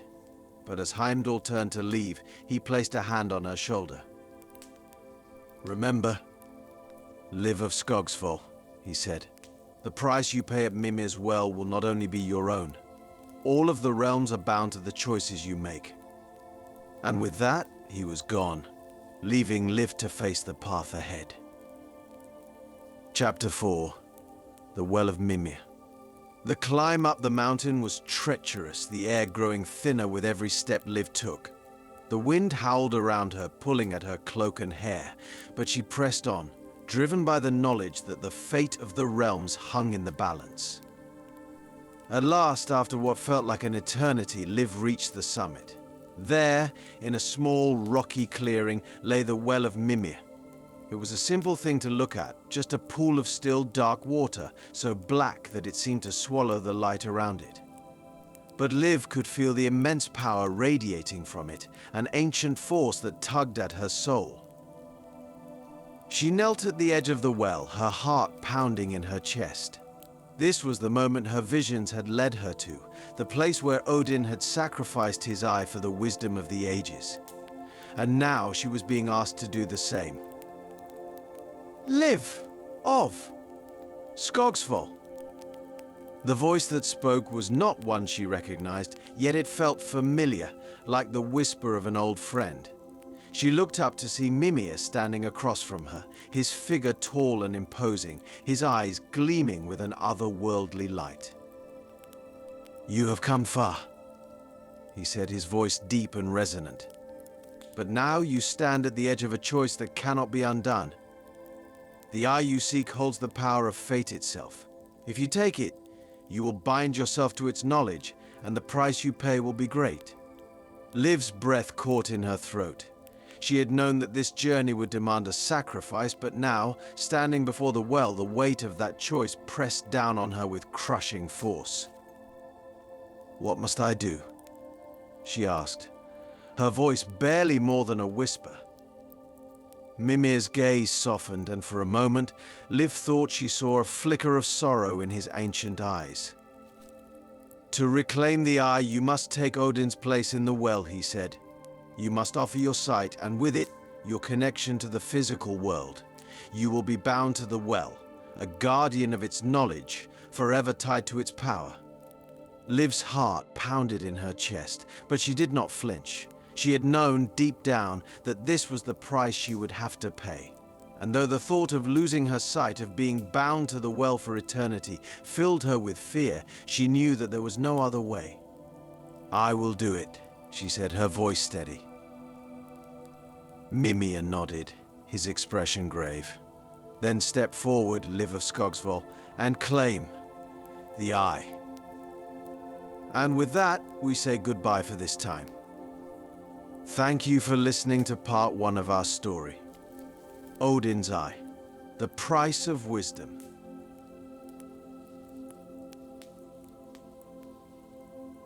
Liv, a seeress from Skogsfall, embarks on a perilous journey to retrieve Odin's lost eye, which holds the power to control fate. Guided by visions, she descends into Mimir's well, sacrificing her sight to reclaim the eye.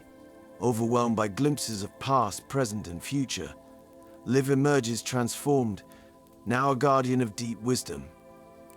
On her journey back, Liv faces dark forces drawn to the eye's power, but her newfound abilities help her overcome them. She returns the eye to Odin, teaching him that wisdom lies not in controlling fate, but in guiding it with humility. Odin restores balance to the realms, and Liv, though blind, returns to Midgard as a protector and beacon of wisdom for her people. Welcome to Hugin and Munin Stories. This is the story Odin's Eye, the price of wisdom. Chapter 5. Descent into the Depths. As Liv stepped closer to the edge of Mimir's well, the air around her grew dense, as if the very atmosphere resisted her presence. The waters were impossibly still, their surface like a dark mirror reflecting the stormy sky above. Taking a deep breath, she closed her eyes and reached out with her spirit, feeling the ancient energies that swirled within the depths. Mimir watched silently as Liv knelt beside the well. She removed her cloak and laid aside her staff, symbols of her mortal journey now coming to an end. With a steady hand, she touched the surface of the water.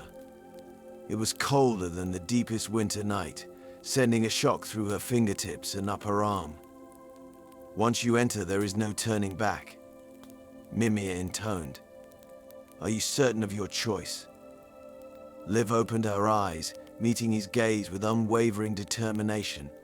"For the sake of my village, for all the realms, I accept this fate." Without another word, she submerged herself into the well. The icy waters enveloped her, and she felt as if she were falling through endless darkness.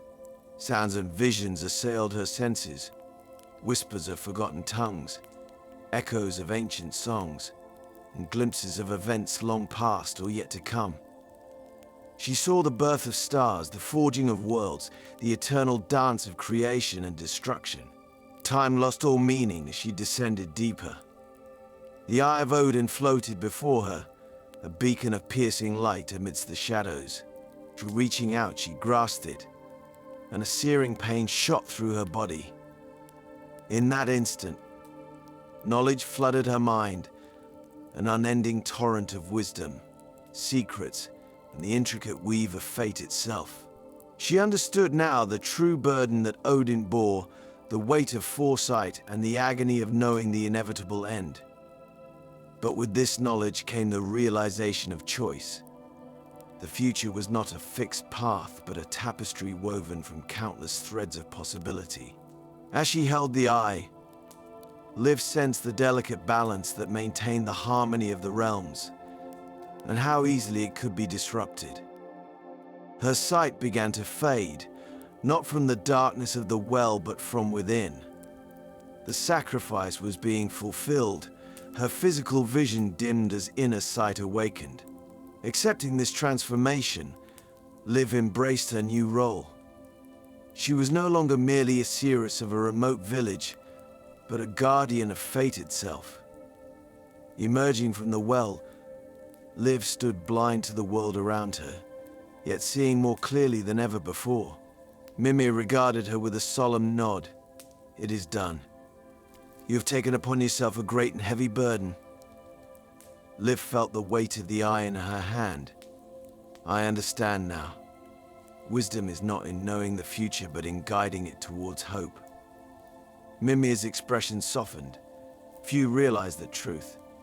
"Now you must return the eye to Odin. The balance depends upon it." She inclined her head.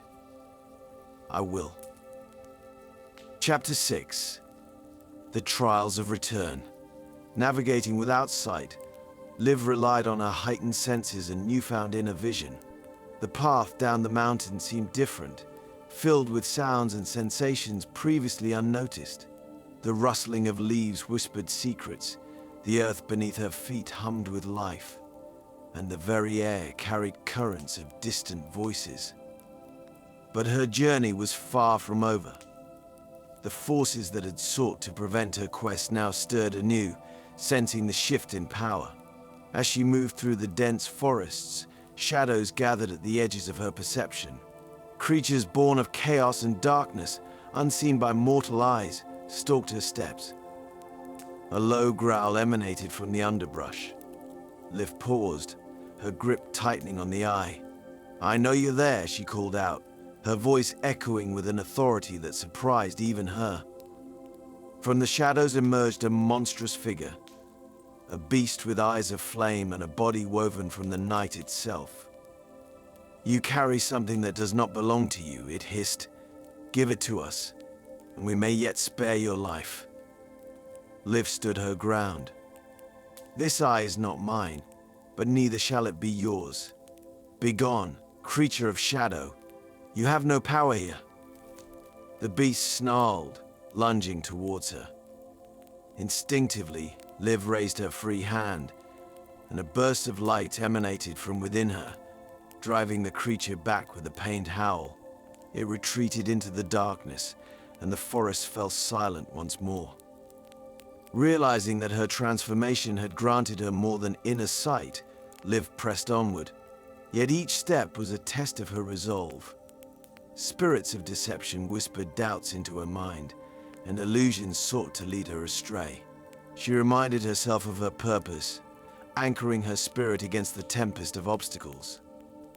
At long last, she reached the base of the mountain where Heimdall awaited.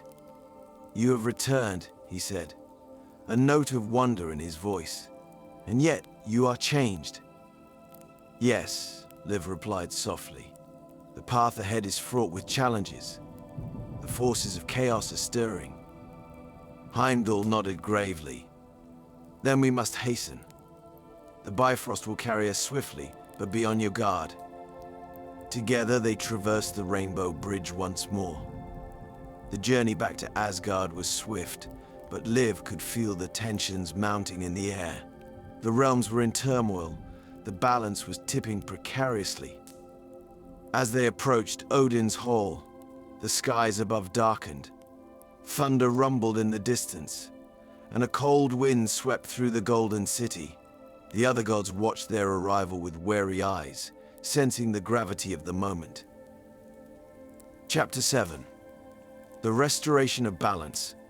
In the great hall of Valaskjalf, Odin awaited, flanked by Thor and Freyja, their faces etched with concern. As Liv entered, guided by Heimdall, a hush fell over the assembly. "Odin Allfather," Liv began, her voice clear and resonant. "I have returned your eye, as promised." She extended her hand, offering the eye. Odin stepped forward, taking it gently. For a moment he closed his remaining eye, and a profound silence settled. When he opened them again, now with both eyes restored, a light shone from within, illuminating the hall. "Your sacrifice honors you, Liv of Skogsfall," Odin said, his voice imbued with a depth of emotion rarely displayed. "You have done what even the gods could not." Thor stepped forward, his thunderous voice softened. "But at what cost? The realms are still in disarray." Liv turned her sightless gaze towards him. "The balance can be restored, but it requires acceptance. Odin, you must relinquish your hold over fate. Wisdom does not come from control, but from understanding and guiding without dominance." Odin regarded her thoughtfully. "And if I refuse?" "Then the shadows will consume all," Liv replied. "The forces unleashed cannot be subdued by force alone.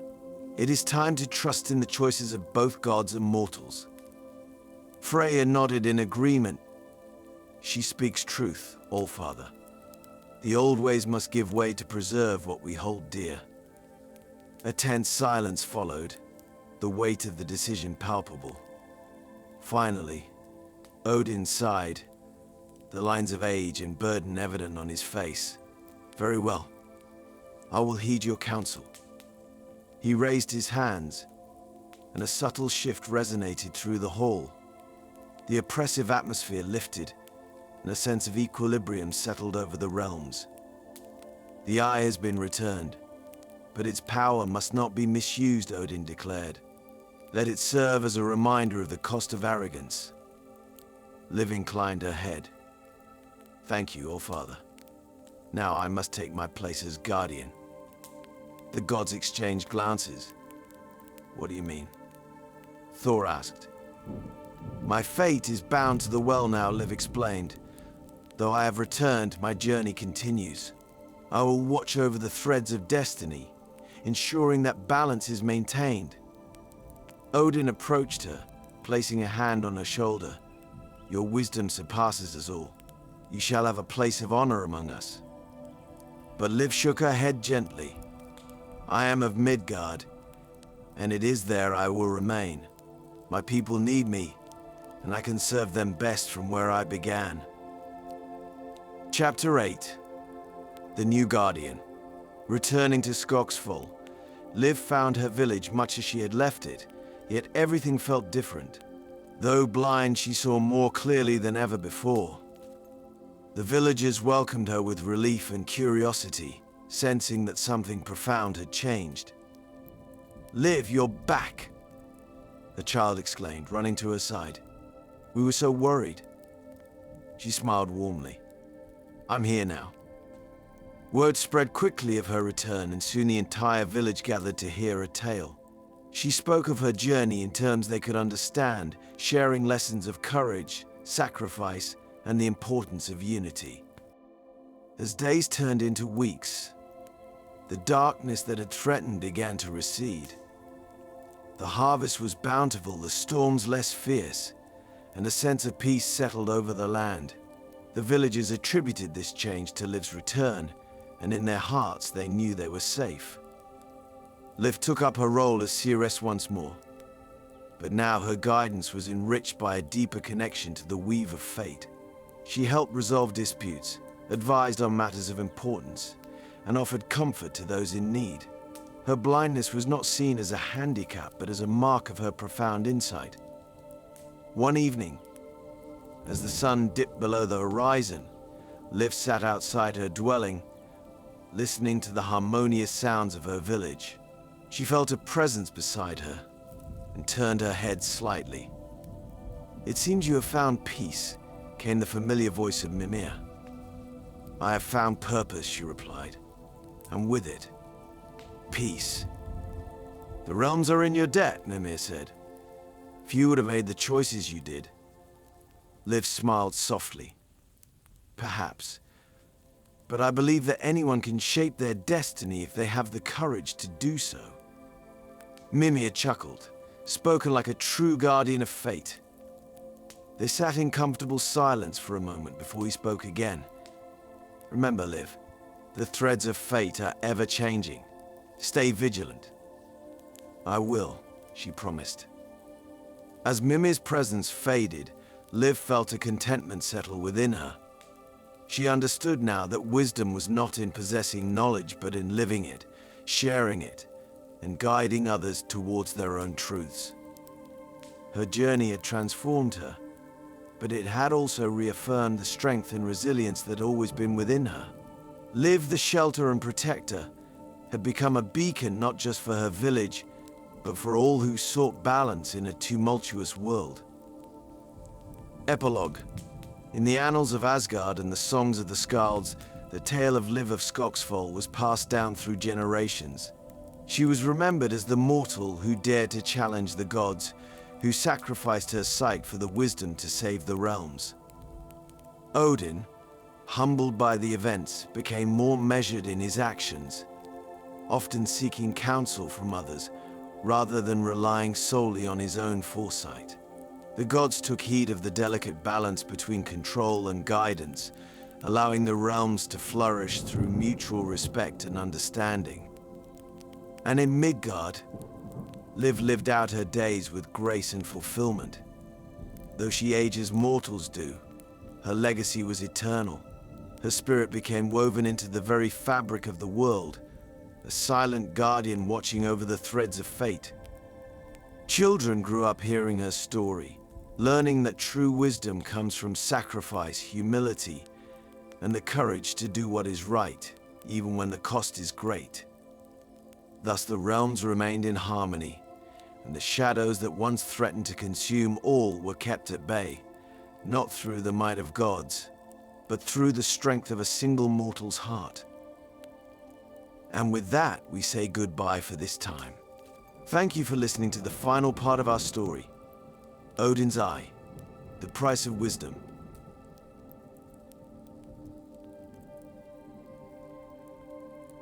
In the cold, mist-shrouded realm of Helheim, Sverk, the Warden of the Dead, stands as an unyielding sentinel, enforcing Hell's will and keeping the dishonored souls in their place. For centuries, he has guarded the boundary between life and death, bound by a pact made long ago. However, a new, unsettling force begins to stir the restless dead, led by a treacherous spirit, Ingmar, who seeks to break free from Helheim's chains. As Sverre confronts the growing rebellion, he discovers that this uprising is only the beginning of a far more dangerous threat, with whispers of ancient powers at play. Sverre must leave the shadowy realm of the dead and return to Midgard, the land of the living, for the first time in centuries. His duty is clear, but his past haunts him as he faces both external enemies and the scars of the bargain that sealed his fate. Welcome to Hugin and Munin Stories. This is the first part of our story, The Warden of Hell, a bargain with the dead.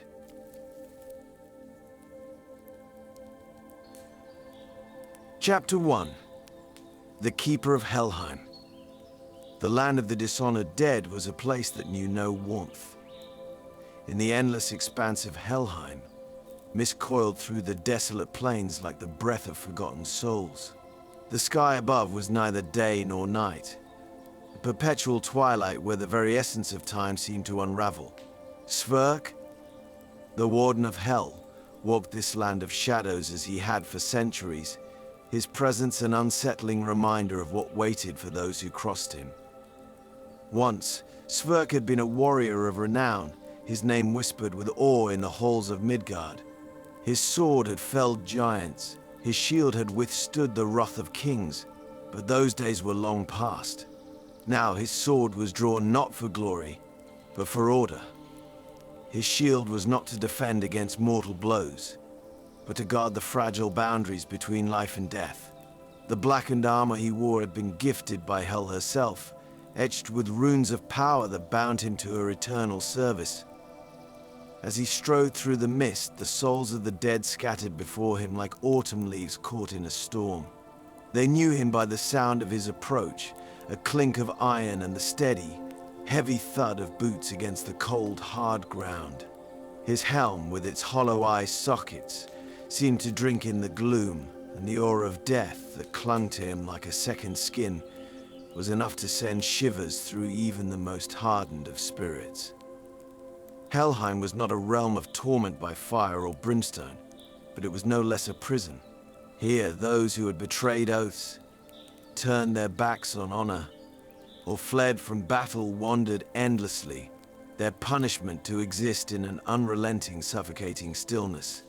There was no release in death for the dishonored, only this twilight existence, their souls barred from the halls of Valhalla and Folkvangr where the valorous feasted. For centuries, Sverre had fulfilled his duty without question. His sword had been raised only when necessary to remind the dead of their place, to enforce Hel's command. His loyalty to the goddess was as unyielding as the iron that bound him. He had forsaken his mortal life for this, trading his soul for the power to protect those he once loved. Yet, despite the strength Hel had bestowed upon him, Sverre carried within him the scars of his bargain, the memories of his life before Helheim, fragments of faces and voices that haunted the darkest corners of his mind. Today, though, was different. The dead were always restless in their sorrow, but now there was a tension in the air, As Sverk walked, he heard not the usual whispers of despair, but something more defiant. His hand instinctively brushed the hilt of his sword.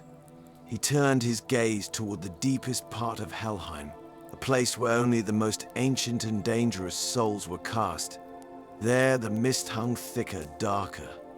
The very air seemed to hum with energy, a pulse that Sverk had not felt in centuries. His senses, dulled by the routine of his eternal watch, now sharpened, alert to a disturbance that sent a shiver down his spine. He stopped at the edge of a ravine where the mist flowed like a river, and listened. "We will rise," came the voice, faint at first, but growing louder. "The Warden cannot hold us forever." Sverker's grip tightened on his sword. He had heard such mutterings before. Idle threats from spirits too broken by their own failures to be of any real concern. But this felt different. There was a conviction in the voice that sent ripples through the mist, a force behind the words that unsettled him. Without hesitation, Sverk descended into the ravine, his footsteps echoing through the silent landscape. The shadows clung to him as he moved, and the weight of his armor felt heavier with each step.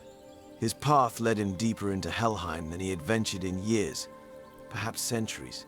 The air here was thick with the scent of damp earth and something more primal, something ancient and forgotten.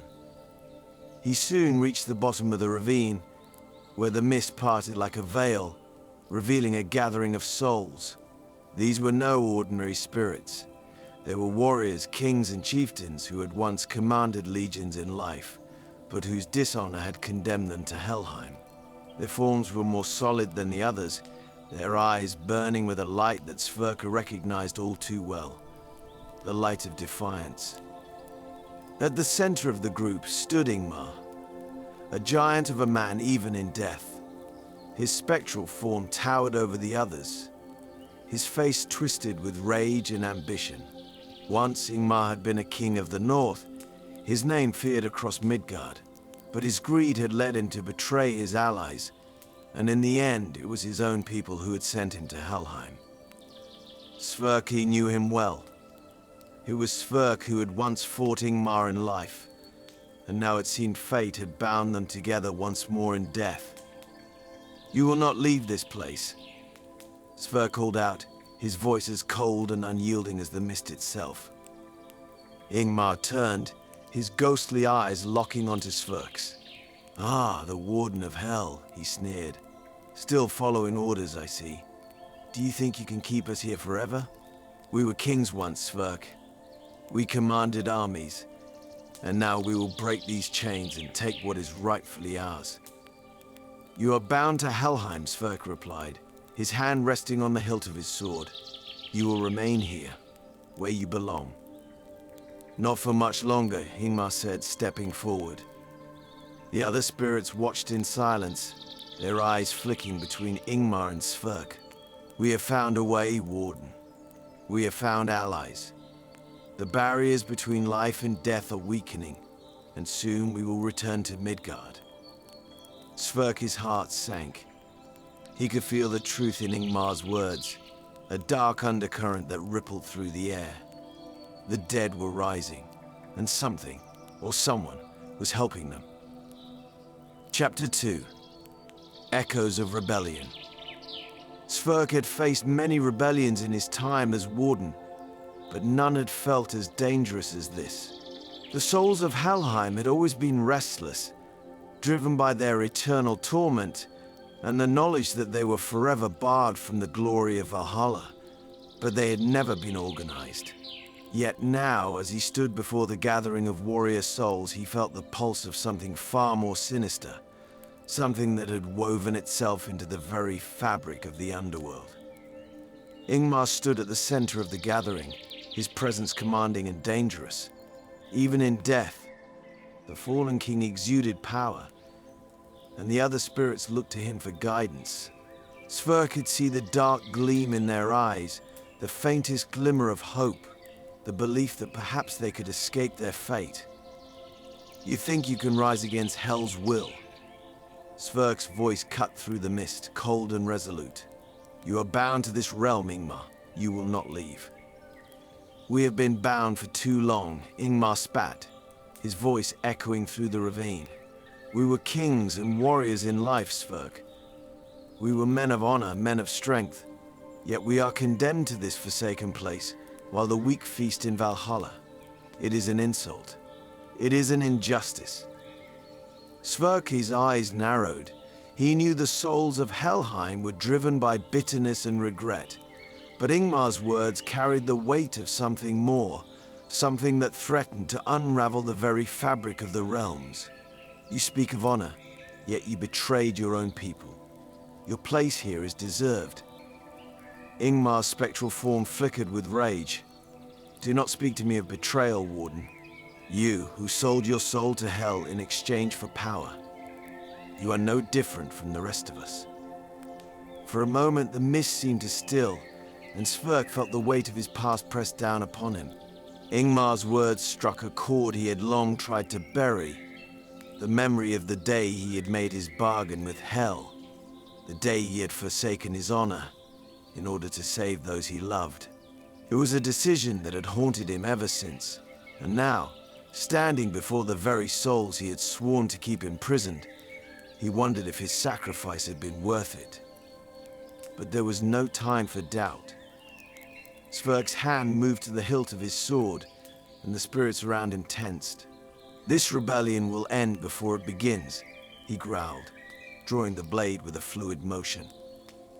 The spirits surged forward, their spectral weapons drawn, but Sverk moved with the grace and precision of a warrior who had fought countless battles. His sword, blackened and etched with the runes of hell, cut through the mist like a blade of death itself. The first spirit fell before he could even raise his weapon, dissolving into the air with a faint wail. But Ingmar was not so easily defeated. The fallen king charged at Sverk with a roar, his ghostly sword crackling with energy.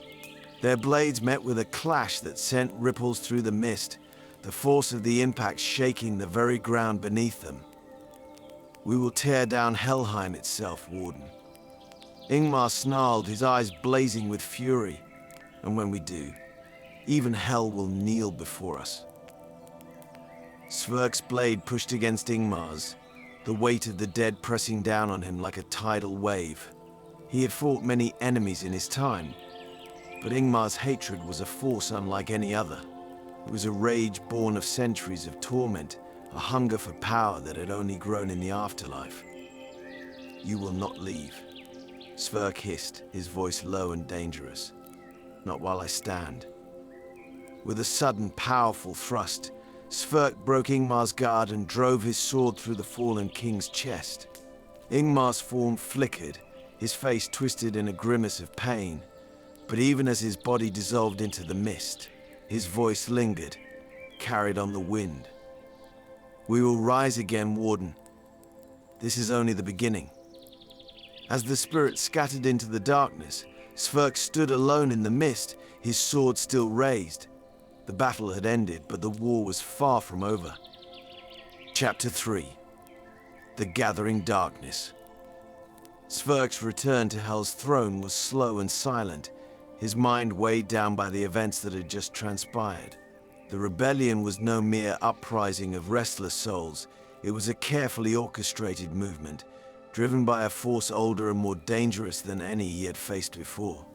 Ingmar's words echoed in his mind, and for the first time in centuries, Sverk felt a flicker of doubt. He had always believed in the order of Helheim, the balance between life and death. But now, as he walked through the mist, he wondered if that balance was beginning to crumble. The dead were not supposed to rise. They were not supposed to rebel. And yet, they were doing exactly that. The Hall of Bones loomed ahead, its jagged spires reaching into the sky like the claws of a great beast. Sverk approached the entrance, his boots crunching against the brittle bones that littered the ground. The doors creaked open with a low groan, and Sverk stepped inside, the air growing colder with each step. Hel sat upon her throne, her face half beautiful, half rotten, as always. her gaze fixed on Sverk as he knelt before her, his head bowed. "There is rebellion stirring in Helheim," Sverk said, his voice low and steady. "Ingmar leads them, but there is something more. An ancient force is stirring them." Hel's eyes narrowed, her lips curling into a faint smile. "The dead are always restless, Sverk. That is why you are here." "This is different," Sverk pressed. "Something seeks to break the bounds of Helheim. If the dead rise, it will tear the 9 realms apart." Hel rose from her throne, her presence filling the hall with an icy chill. "The balance must be maintained," she said, her voice as cold as the grave. "If the dead escape, the realms will fall into chaos. You must stop them, Sverk." Sverk bowed his head. "I will do what is needed." But even as he spoke, he could feel the weight of his past pressing down on him. The memories of his mortal life, of the choices he had made, resurfaced with a vengeance. He had been a man of honor once, a warrior who had fought to protect his people.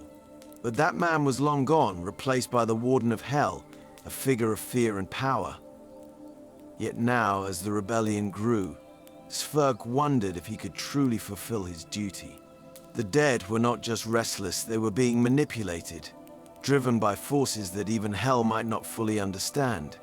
And as Sverk prepared to face the coming storm, he knew that his past would not remain buried forever. Chapter 4. The Road to Midgard. Sverk stood at the edge of the portal, the swirling mist of Helheim parting before him. He had never thought he would set foot in the realm of the living again. His duty had always been clear: to remain in Helheim, to guard the dead, to ensure the balance between life and death. But now, the rebellion of the dead threatened to spill into the world of the living, and Sverk knew that he had no choice. He turned to Hel, her cold gaze fixed on him. "I must go to Midgard," he said, his voice filled with resolve. "The dead have allies in the living world. I must find them." Hel regarded him for a long moment, her expression unreadable. Then, with a flick of her wrist, the mist around her throne parted, revealing a shimmering portal. "Go, Warden, but remember you are still bound to me. No matter where you go, you will always belong to Helheim." Without another word, Sverk stepped through the portal. The world of Midgard greeted him with a blinding light, a stark contrast to the endless gloom of Helheim. He stood on a hill overlooking a vast, familiar landscape, but the world he had known was long gone. The village where he had once lived was now in ruins, overgrown with vines and forgotten by time. The fields where he had fought his battles were now silent, the memories of war fading into the earth. But even as Sverk took in the sights of the mortal world, he knew that the shadow of death followed him. The rebellion of the dead was only beginning, and the forces behind it were far more dangerous than any spirit. Sverk's journey had only just begun, and the road ahead would be filled with enemies, both old and new. And with that, we say goodbye for this time.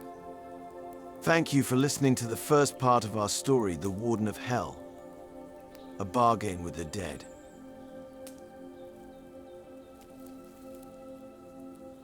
In his journey across Midgard, Sverk, bound to Hell as the Warden of Helheim, confronts haunting memories of his mortal life and the heavy cost of his pact with Hell.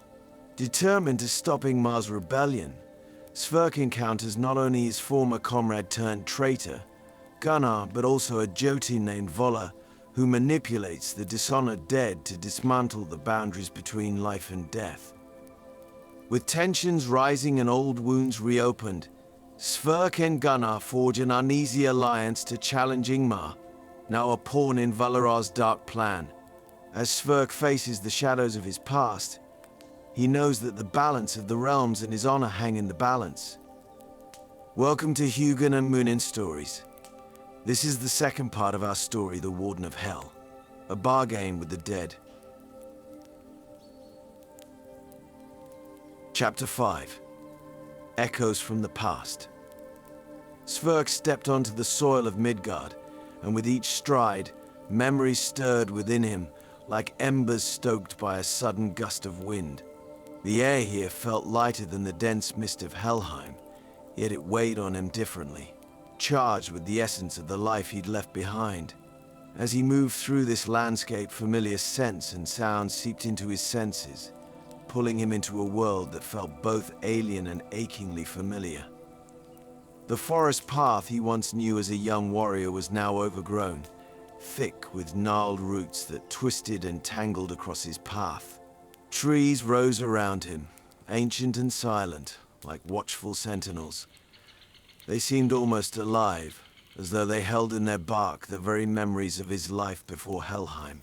Here, every branch and stone carried the echo of his choices, his sacrifices, and his losses. In the distance, he caught sight of a shape he knew all too well. The ruins of his village, cloaked in the faint morning mist that clung to the land like a memory of grief. As Sverker moved closer to what had once been his home, his heart hammered in his chest, a rhythm he hadn't felt since he walked among the living. His eyes scanned the remains, each crumbled wall and shattered beam a silent testament to the life he built and then forsaken. The pathways he had once trodden daily were now choked with wild grass, and vines climbed over broken fences that had once marked the boundary of his village. He took a deep breath, and in that instant the memories hit him like a storm. The sound of laughter filled his ears, faint and ghostly, his son's carefree laugh, ringing through the village square as he chased sparrows. Sverker's gaze drifted to the spot where his family's hearth had been, and he remembered the warmth of the fire, the way his wife had looked at him with pride and love. Each memory held both comfort and a bitter edge, like a wound that had never fully healed. And then he felt it, a whisper of darkness within him, a chill that no earthly cold could replicate. It was Hel's grip on his soul, a reminder that he was bound to her, that his place was no longer among these mortals. For as much as this land called to him, he knew it was no longer truly his. He had left this world for good, traded it for something greater, something darker. Sverk's mind drifted back to that fateful night, the night Hel had appeared to him, cloaked in shadows, her presence filling the dimly lit hall as though she were darkness itself made manifest. The village had been under siege for weeks, assaulted by marauders who had come from distant lands to claim whatever wealth and glory they could plunder. Sverk had led his people with unwavering resolve, but his warriors were weary, and the village's defenses crumbled with each passing day. That night, after yet another brutal skirmish, Sverk had sat alone in his hall, nursing wounds both physical and spiritual. He had known, deep down, that his strength alone was no longer enough. The weight of responsibility sat heavy on his shoulders, and as he stared into the dying fire, he felt the slow, creeping chill of despair. Then, the flames had flickered, and a shape began to form in the shadows, a presence both beautiful and terrifying. Hel herself, the goddess of death, had appeared before him, her eyes gleaming with a knowing darkness. Her voice was low, but it cut through the silence like a blade. "You are on the edge of ruin, Sverk," she had whispered, her voice both soothing and sinister. "Your people are as close to death as you are to surrender." Sverk had met her gaze, his jaw clenched in defiance. "If death comes, I will meet it honorably. I am a warrior, I do not fear the end." Hel's lips had curled into a smile, part decay, part beauty, an unsettling contrast. "Do you believe that your people will see it that way? Do you think they would praise a fallen leader? They will be slaughtered, Sverk, left as food for ravens and wolves." Her words struck him like a hammer. He imagined his wife, his son, and the faces of his people. Each one of them would face a grim fate if he failed them. Pride and honor weighed heavily on him, but so did his love for those he had sworn to protect. "What choice do I have?" he had whispered, his voice barely audible. "I cannot fight death itself. Hel had leaned closer, her voice almost a purr. "But you can. I will grant you power, strength that surpasses mortal limits. You will become more than a warrior. But the price is your soul. You will be bound to me, my warden, and in death, you will serve in Helheim for eternity." Sverke's thoughts had raced, his heart torn between duty and dread. What use was honor if those he loved perished? What good was glory if it was built on their bones? His hand trembled as he clenched his fists, yet when he finally spoke, his voice was firm. "I accept." With those words, a cold rush had washed over him, filling him with a strength unlike anything he had ever felt.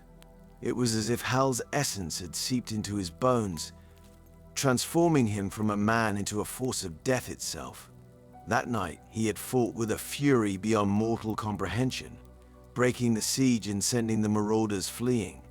But when the dawn came, he knew that he no longer belonged to this world. He was bound to Hel, and his final act as a mortal was to leave his family and village behind. As Sverke stood in the ruins of his past, he felt the weight of that decision anew. His pact with Hel had saved his people, but at what cost? He would never know the warmth of his family again, nor would he ever see the legacy he had fought to protect. Yet even now, as the warden, he felt that same duty burning within him. It was this duty that had brought him back to Midgard, this time not to protect his village, but to guard all realms from the chaos stirring in Helheim. Sverke took one last look at the ruins, feeling the whispers of his past fade into silence. The life he had abandoned was now beyond his reach, yet it would forever echo within him. With a deep breath, he turned away from the village, his resolve hardening. He had no family, no legacy, only his duty to Hel. He was the Black Spear, the warden of Hel, and he would see this task through, even if it meant confronting forces beyond his darkest fears. As he began his journey through Midgard, the ground grew colder under his steps, and he sensed the ominous stirrings of Ingmar and the rebellious spirits. The next battle loomed, a battle not just for life and death, but for his own soul. Chapter 6. The Alliance of Shadows. Sverke's path through Midgard led him across familiar yet changed lands, forests now dense with undergrowth, rivers swollen with the seasons passing, and mountains veiled in clouds like silent giants observing his solitary march. As he traveled, he sensed an energy crackling in the air, something old and dark, that seemed to ripple through the shadows. His instincts, sharpened over centuries in Helheim, told him he was drawing closer to the heart of Ingmar's rebellion. After days of tracking the spectral traces left by Ingmar's followers, Sverke came to a place he had not seen in centuries. It was a hidden realm, a place few in Midgard even knew existed, an ancient sanctuary where fallen warriors gathered to honor their gods and spirits. Legends claimed it was a point where the realms converged, a meeting place for warriors who sought to bind their destinies to greater forces. Here, Sverke could feel the air vibrating with an unnatural tension. At the edges of the gathering place, Sverke stopped, scanning the faces of the spirits who had gathered there.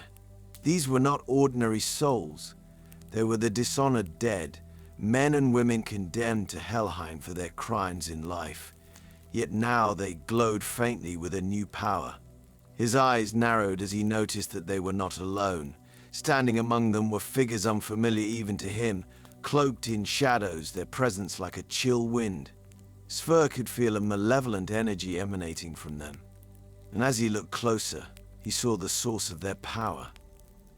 Amidst the crowd stood a towering figure, draped in a cloak as dark as midnight and wreathed in an aura that twisted and flickered like shadow flames.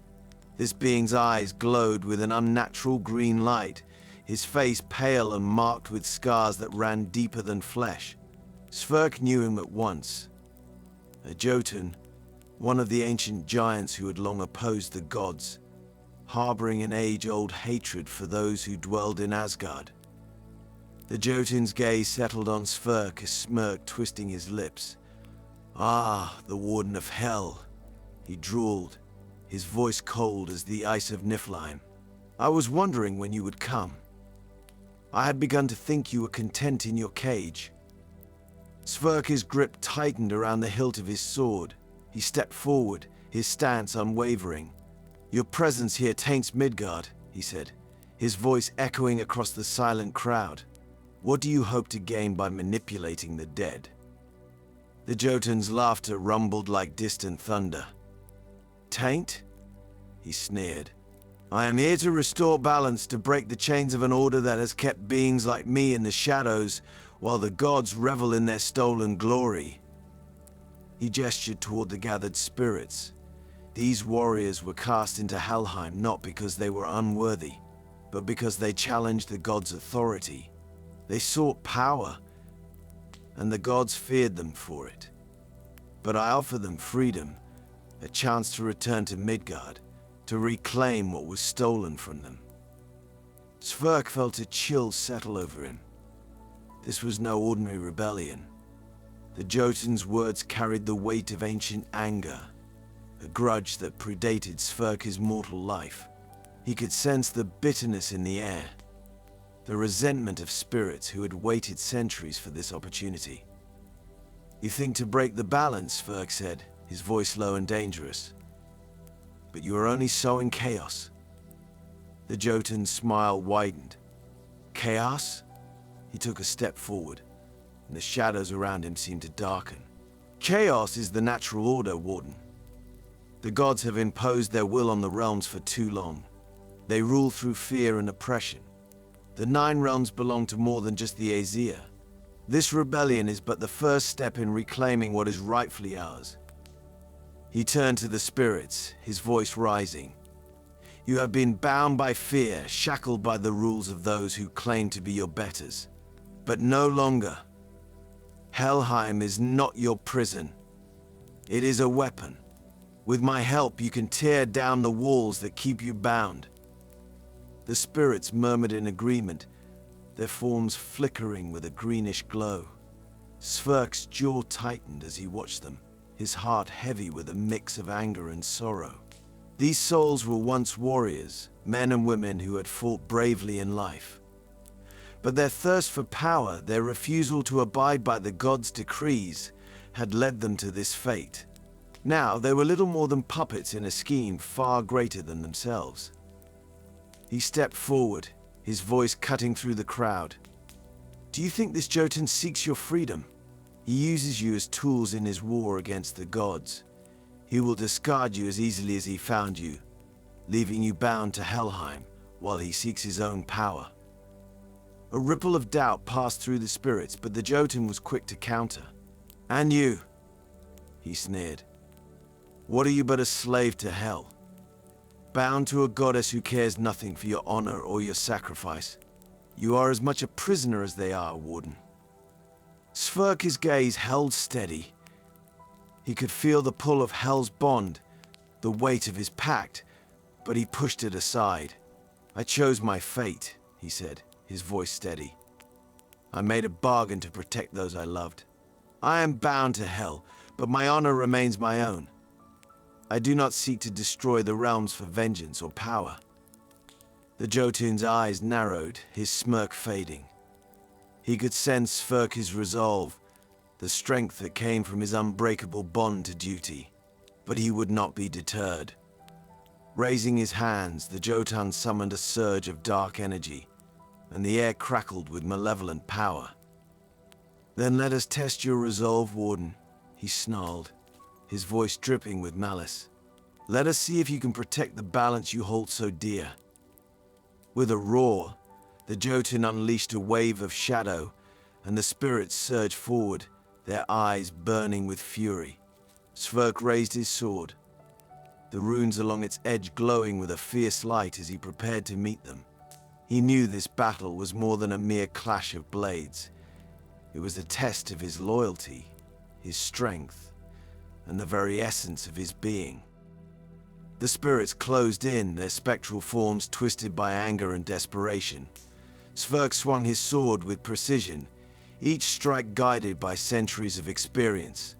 The spirits' weapons passed through him, chilling him to the bone. But he pressed on, his focus unyielding. His blade cut through the darkness, scattering the spirits like mist, but the Jotun's power pressed down on him like a weight. As the battle raged, Sverk realized that this was only the beginning. Ingmar, empowered by the Jotun's dark magic, awaited him, and this alliance was stronger than he had feared. But he would not falter. He would face them, and he would protect the realms, even if it meant defying the very forces of death itself. Chapter 7. Old Foes, New Oaths. The encounter with the Jotun and the rebellious spirits had left Sverk with a bitter clarity. This was no mere uprising. It was a carefully laid plan, designed to shatter the balance of the realms. As he moved further into Midgard, his mind churned with thoughts of his next steps. To defeat Ingmar and the ancient forces behind him, Sverk knew he could not fight alone. Following the faint whispers of spirits and spectral trails left in the wake of Ingmar's allies, Sverk arrived at a valley shrouded in mist. In the distance, through the fog, he could make out the stone pillars of an ancient, half-ruined temple. This place, older than any memory he held, was said to be where warriors gathered to make pacts and form bonds stronger than blood. As he approached the temple, Sverk felt a presence within. A flicker of life, or what was left of it, a familiar, almost taunting energy. His hand rested on the hilt of his sword as he stepped into the temple's shadow, the atmosphere heavy with the weight of past battles and oaths long broken. The figure stood at the far end of the temple, shrouded in shadow yet unmistakable. Gunnar. Sverk felt an old wound flare with bitter remembrance. Gunnar had been his closest comrade, a man he'd fought beside, a warrior he'd once trusted with his life. But Gunnar had betrayed that trust, choosing greed and ambition over loyalty in Sverk's final battle. It was Gunnar's treachery that had forced Sverk to make the pact with Hel. "Gunnar," Sverk said, his voice colder than the stone beneath his feet. The figure turned, and the flickering torchlight revealed a face that was both familiar and foreign. Gunnar's form was spectral, his eyes hollow yet burning with a fierce defiance. He wore the scars of their last battle like trophies, the mark of a man who had lost everything, yet clung to his pride. "Sverk," Gunnar replied, a smirk tugging at his lips. "The Warden of Hell returns to Midgard. I thought I'd left you in the shadows where you belong." Sverk's grip on his sword tightened, but he held his composure. "You did not leave me anywhere, Gunnar.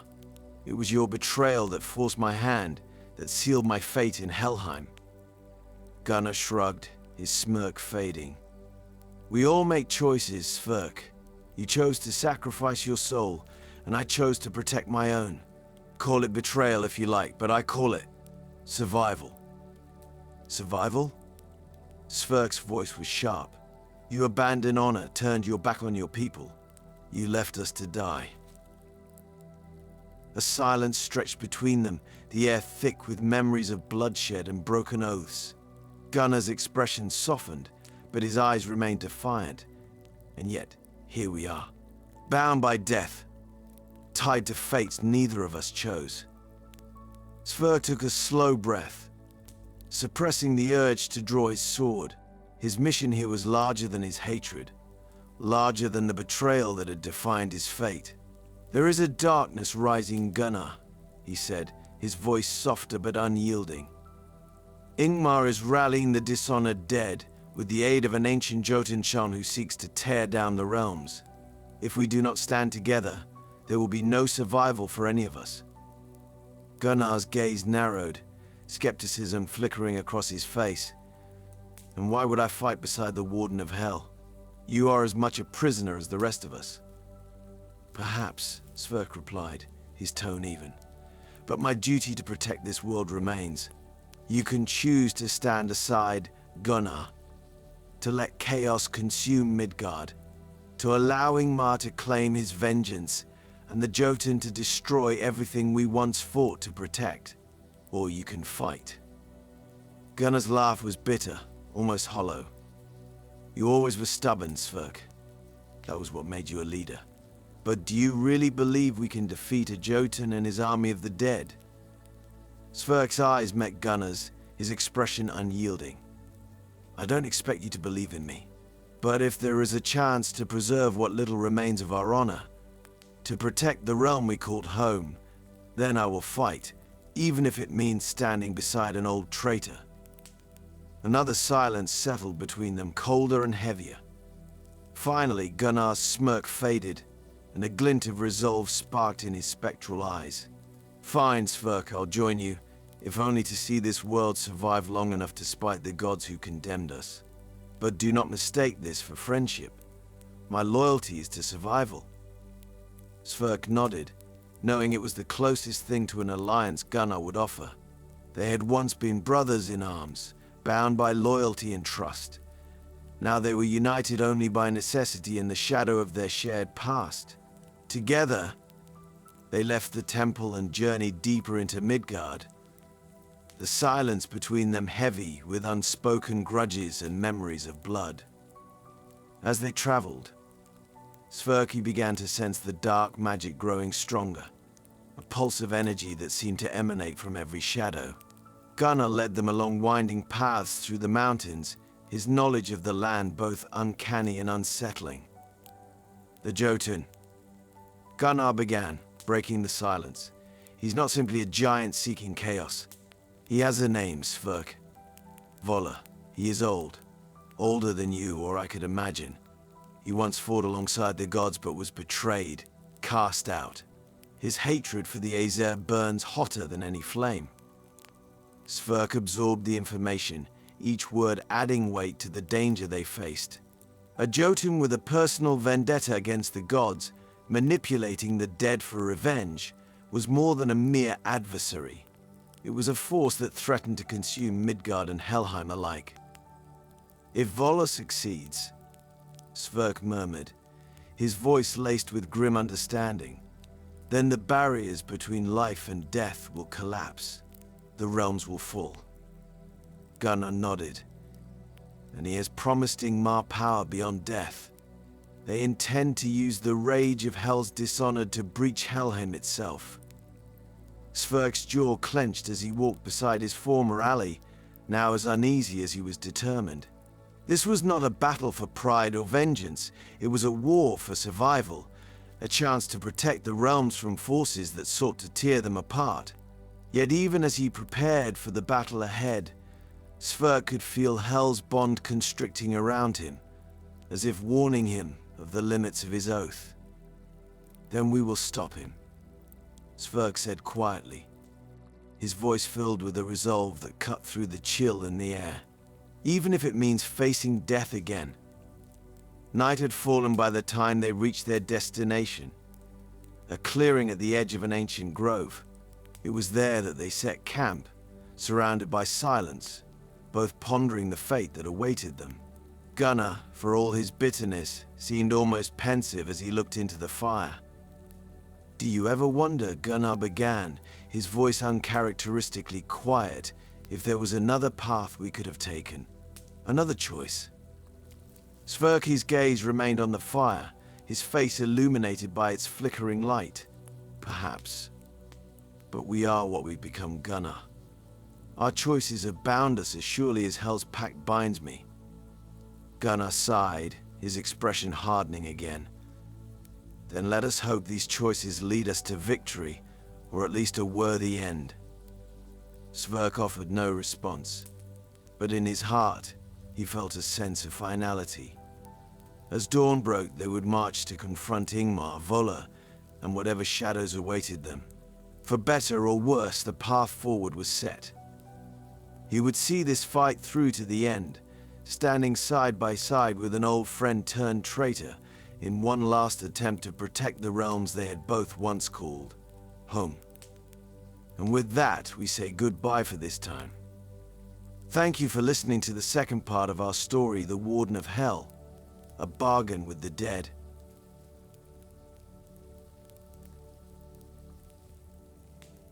In the final stretch of his journey, Sverre confronts the forces of Helheim's greatest threat, Voller, the Jotun whose power and hatred seek to break the balance between the realms.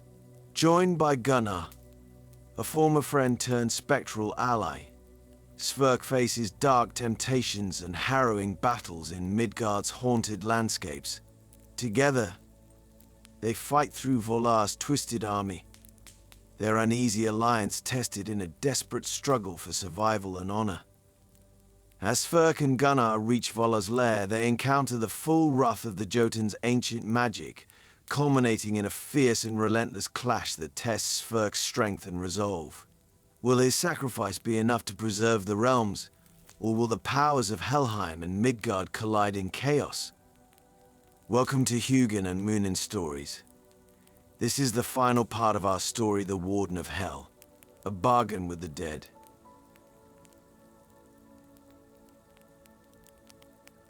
Chapter 8. The Price of Loyalty.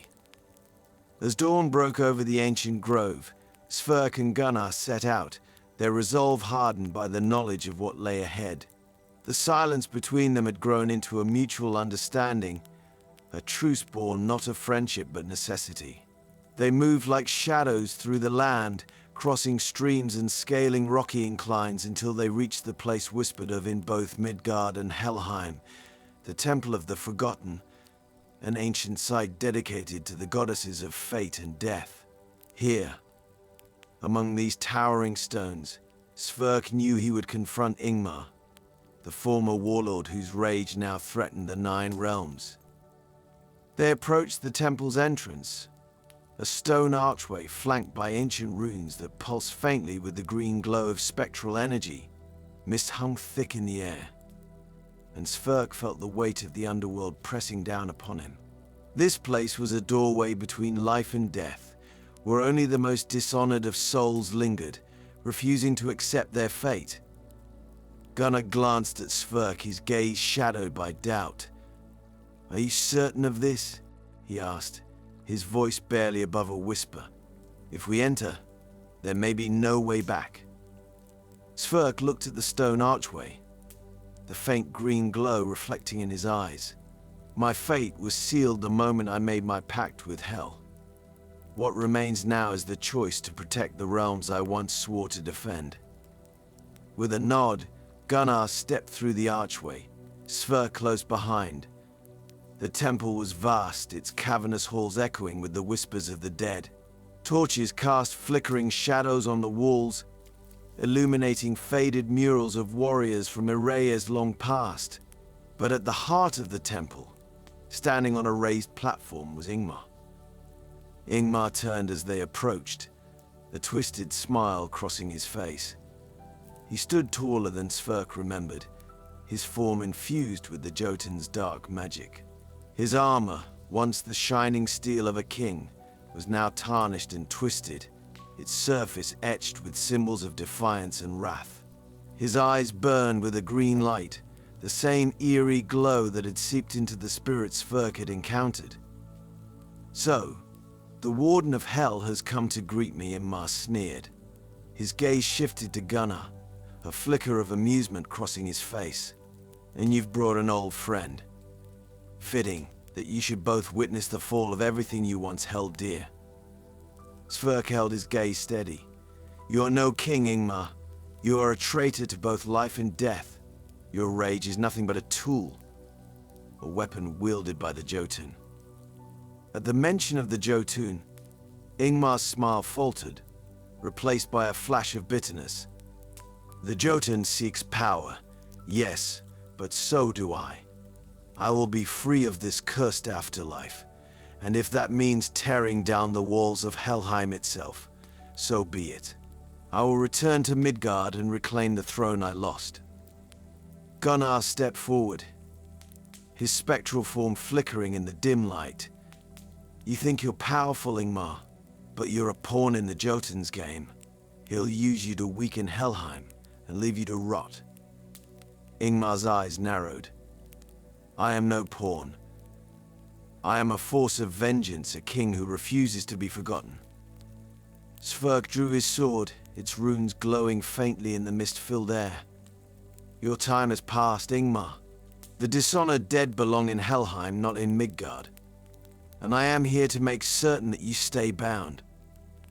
Ingmar let out a roar, his voice echoing through the temple like thunder. Dark energy crackled around him, and with a swift movement, he summoned his spectral sword, a weapon forged from pure shadow and hatred. He lunged at Sverk, his blade swinging down with a force that shook the very ground beneath them. Sverk met Ingmar's strike, his own sword ringing as it clashed against the dark, spectral blade.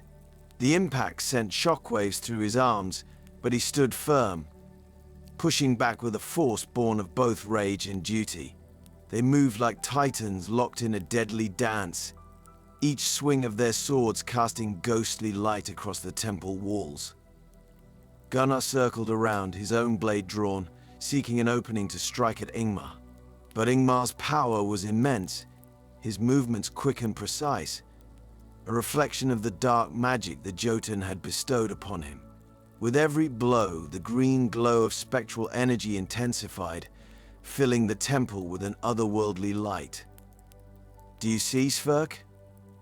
Ingmar spat, his voice a growl of fury and triumph. This power could be yours too. Cast aside your servitude to hell, and I will make you a king once more. Sverk's response was a swift, brutal strike that forced Ingmar back. I have no desire for a throne built on betrayal, he said, his voice resolute. My fate is sealed, as is yours. The battle surged on, Sverk and Ingmar trading blows with a ferocity that belied their spectral forms. Ingmar's strength, bolstered by the Jotun's magic, was nearly overwhelming, but Sverk's resolve held firm.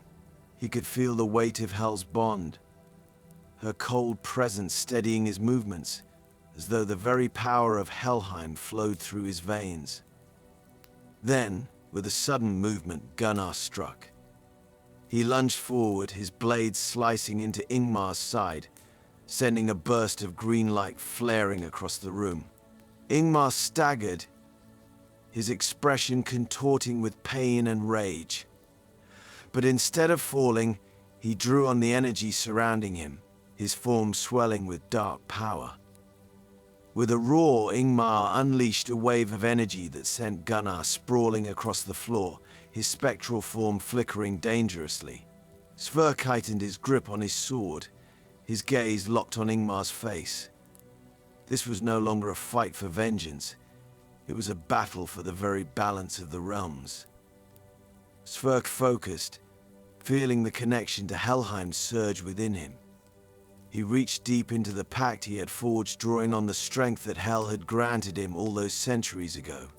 The runes on his sword flared with an intense blue light, illuminating the shadows that clung to Ingmar like a shroud.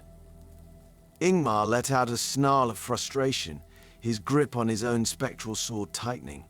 You are bound by death, Sverk, he spat, but I have chosen life. I will defy the gods, and I will return to Midgard as its rightful ruler. Sverk stepped forward, his voice steady, unwavering. You speak of life, but you are nothing more than a shadow clinging to a world that has forgotten you. You are bound, Ingmar, bound by your own hatred, by the chains of Helheim, and I will see to it that you remain there. With a final, powerful swing, Sverk drove his sword into Ingmar's chest, piercing the dark energy that held him. A burst of green and blue light filled the temple, blinding him momentarily. Ingmar's form flickered, his eyes wide with shock and fury. As the light faded, Ingmar staggered back, his spectral form weakening, the green glow around him dimming. He met Sverke's gaze one last time, a hint of fear and regret flickering in his eyes. You cannot destroy me, he whispered, his voice a fading echo. Sverk watched as Ingmar's form dissolved into mist, his spirit bound once more to the depths of Helheim. The temple fell silent. the green glow fading from its walls. Gunnar staggered to his feet, his expression grim but relieved. "It's over," Sverk said quietly, sheathing his sword. But even as he spoke the words, he knew that the true threat remained the Jotun Volla, whose influence had spread through Helheim like a plague. Sverk could feel the weight of his task pressing down on him, a reminder that this victory was but one step in a greater war. Turning to Gunnar, he offered a nod of acknowledgement. They had fought side by side, if only for a moment, rekindling the bond they had once shared. But Gunnar's expression was somber, his gaze distant.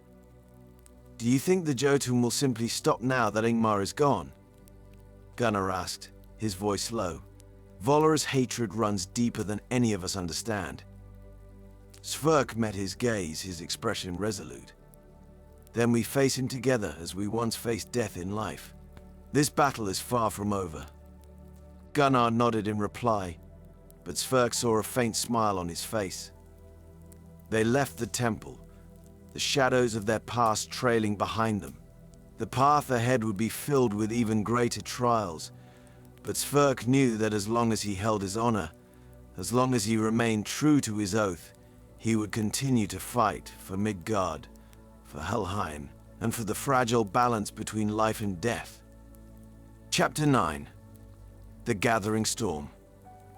The skies darkened as Sverk and Gunnar pressed onward, following the spectral trails left by Vollar's cursed army. The air was thick with the smell of damp earth, and a chill that felt colder than any Midgard winter crept over them. Shadows shifted between the trees, and the land around them seemed to reflect the chaos brewing within Helheim itself. Each step they took resonated with the weight of fate, their path leading them toward a confrontation that would decide the future of all realms. They approached the base of a mountain range shrouded in thick clouds, jagged peaks towering like ancient sentinels. Above them, lightning flickered through the darkness, casting brief, eerie illuminations across the landscape. Sverk could feel a powerful energy radiating from within the mountains, a force of ancient magic that was neither of Midgard nor Helheim, but something darker and older, something that pulsed with hatred and vengeance. "This place," Gunnar murmured, his ghostly form flickering faintly. "It's like it's been waiting for us." Sverk nodded, his eyes scanning the cliffside that loomed before them. "Vollar's lair," he replied, his voice barely a whisper. "The Jotun draws power from this land, corrupting it to serve his purpose. His influence has spread into Helheim itself, weakening the boundaries between life and death." Gunnar's gaze lingered on Sverk, his expression unreadable. "You don't have to face him alone, Sverk," he said, his voice carrying a tone Sverk hadn't heard before. A hint of camaraderie, a shadow of their past bond. Sverk turned to him, a slight nod acknowledging Gunnar's words. "Then let's finish what we started," he replied, his grip tightening around his sword. Together they climbed the mountain path, moving with silent determination toward Valar's stronghold. As they neared the entrance to the stronghold, Sverk felt the presence of Valar's twisted minions. Shadows detached themselves from the rocky walls, spectral warriors with hollow, glowing eyes that burned with a greenish light. These were the dishonored dead, spirits corrupted by the Jotun's dark magic, their forms twisted into ghastly versions of their former selves. Sverk drew his sword, the runes along its blade flaring with a faint blue glow. Gunnar took his place beside him, his own spectral weapon flickering with a muted light. They exchanged a brief look, a silent acknowledgement that, for this fight, they were allies bound by necessity. The spectral warriors lunged forward, their forms rippling as they moved like shadows brought to life. Sverk met them with a ferocity born of centuries of training, his movements precise and relentless. His sword cut through the spectral forms, scattering them into fragments of mist that dissolved into the mountain air. But the warriors were relentless, driven by a force beyond their own will. For every one Sverk felled, two more took its place, surrounding him and Gunnar in a sea of spectral fury. Gunnar fought beside him, his ghostly blade cutting through the minions with an agility Sverk hadn't seen since their mortal days. But the spectral warriors were many, and the weight of their combined power bore down on Sverk like a tidal wave. Amid the chaos, Sverk could feel the familiar, icy grip of Hell's presence surrounding him, lending him strength and focus. The bond with Helheim pulsed through him, his loyalty to his pack steeling his resolve. He fought on, each swing of his blade dispersing the shadows that crowded around them. Push through. Sverre called to Gunnar, his voice cutting through the din of battle. We must reach Volla before he realizes our approach. Gunnar nodded, determination blazing in his hollow eyes. Together they surged forward, their movements synchronized as they fought their way toward the entrance of Volar's lair. Each step brought them closer to the heart of darkness, where the Jotun awaited. They finally broke through the spectral horde, emerging into a vast, shadowed hall carved deep within the mountain.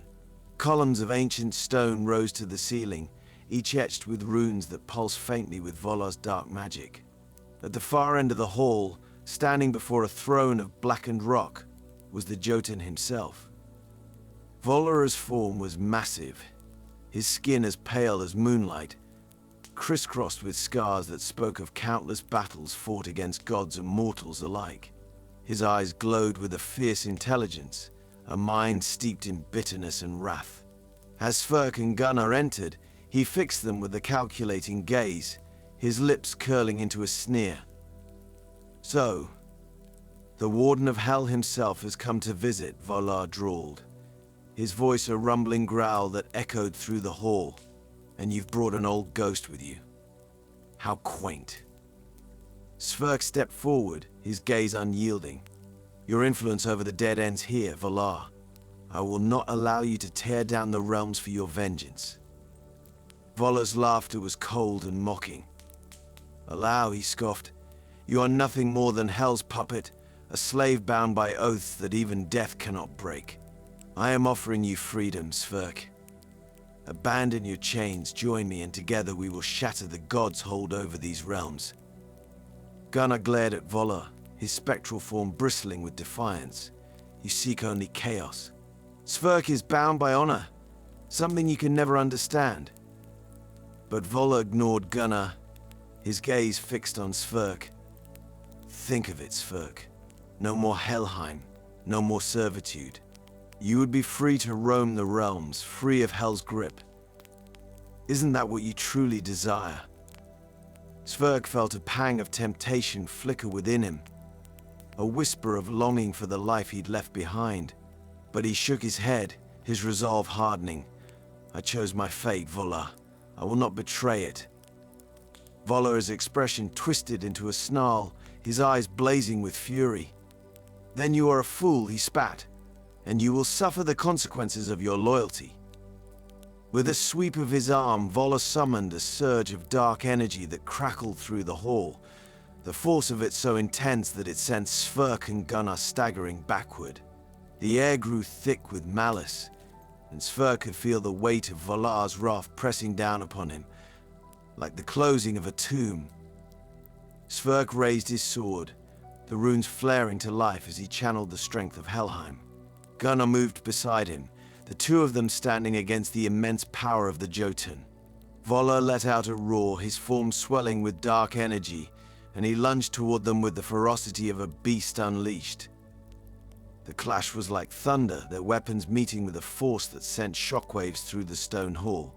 Sverke's sword glowed with a fierce blue light, each strike cutting through the dark magic that radiated from Volar. Gunnar fought with surprising strength, his spectral blade slicing through the air as he and Sverke attacked in unison. Volar countered with brutal swiftness, his movements almost blindingly fast for a creature of his size.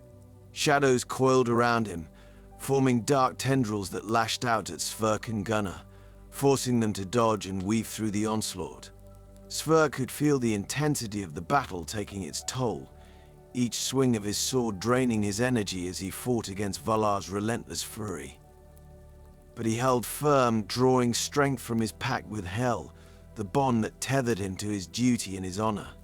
As the battle raged, Sverke realized that this was more than just a fight for survival.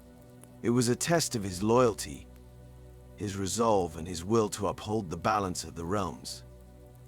With one final powerful strike, Sverke managed to drive his sword into Valar's chest, the blade piercing through the Jotun's dark energy. A shockwave of light erupted from the impact, casting the hall in a brilliant glow. Valar let out a bellow of rage and pain, his form flickering as the light consumed him. Yet, even as Valar staggered, Sverke knew that the battle was not yet won.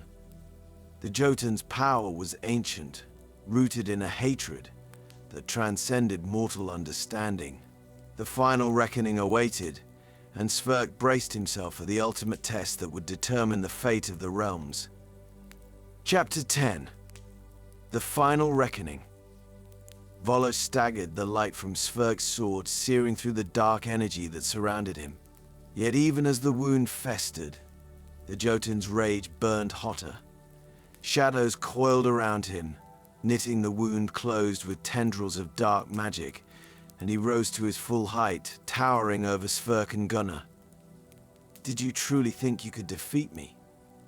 Valar sneered, his voice a mix of fury and disdain. "I have fought gods and giants. Your strength is nothing compared to the hate that drives me." Sverke steadied himself, the weight of his pact with Hel pressing down on him like a familiar, unbreakable chain. This was not just a battle. It was a culmination of his duty, his honor, and the burden he had carried since the day he made his fateful bargain. He met Valar's gaze, his expression resolute. "I fight not for power or vengeance," Sverke replied, his voice echoing through the darkened hall. "I fight for the balance of life and death. The realms must remain as they are, free from your corruption." With a roar, Valar surged forward, his fists wreathed in shadow, striking down with the force of a storm. Sverke met him head-on, his sword flashing with blue light, slicing through the tendrils of darkness that snaked toward him. The clash of their power sent shockwaves through the stone, and the walls of the ancient hall began to crumble. Gunnar, spectral and unwavering, lunged from Sverke's side, his blade cutting into Valar's side. The Jotun snarled, his shadowed form writhing as he swung toward Gunnar with brutal force. Gunnar's form flickered, weakened by the blow, but he stood his ground, his hollow eyes burning with defiance. "Do it, Sverke!" Gunnar shouted, his voice fierce. "Strike him now!" With a final surge of strength, Sverke channeled the power of Helheim through his sword. He felt the chill of death coursing through him, a reminder of the pact that bound him, of the eternal service he had pledged. As he raised his sword, the runes along its blade flared to life, their glow piercing the darkness that surrounded them. Sverke swung, his strike aimed directly at Valar's heart. The blade cut through the Jotun's chest, and a burst of blinding light erupted, consuming both Sverke and Valar in its radiance. Valar's roar of rage and pain filled the hall, echoing through the mountains as his form began to disintegrate, consumed by the very magic he had sought to control.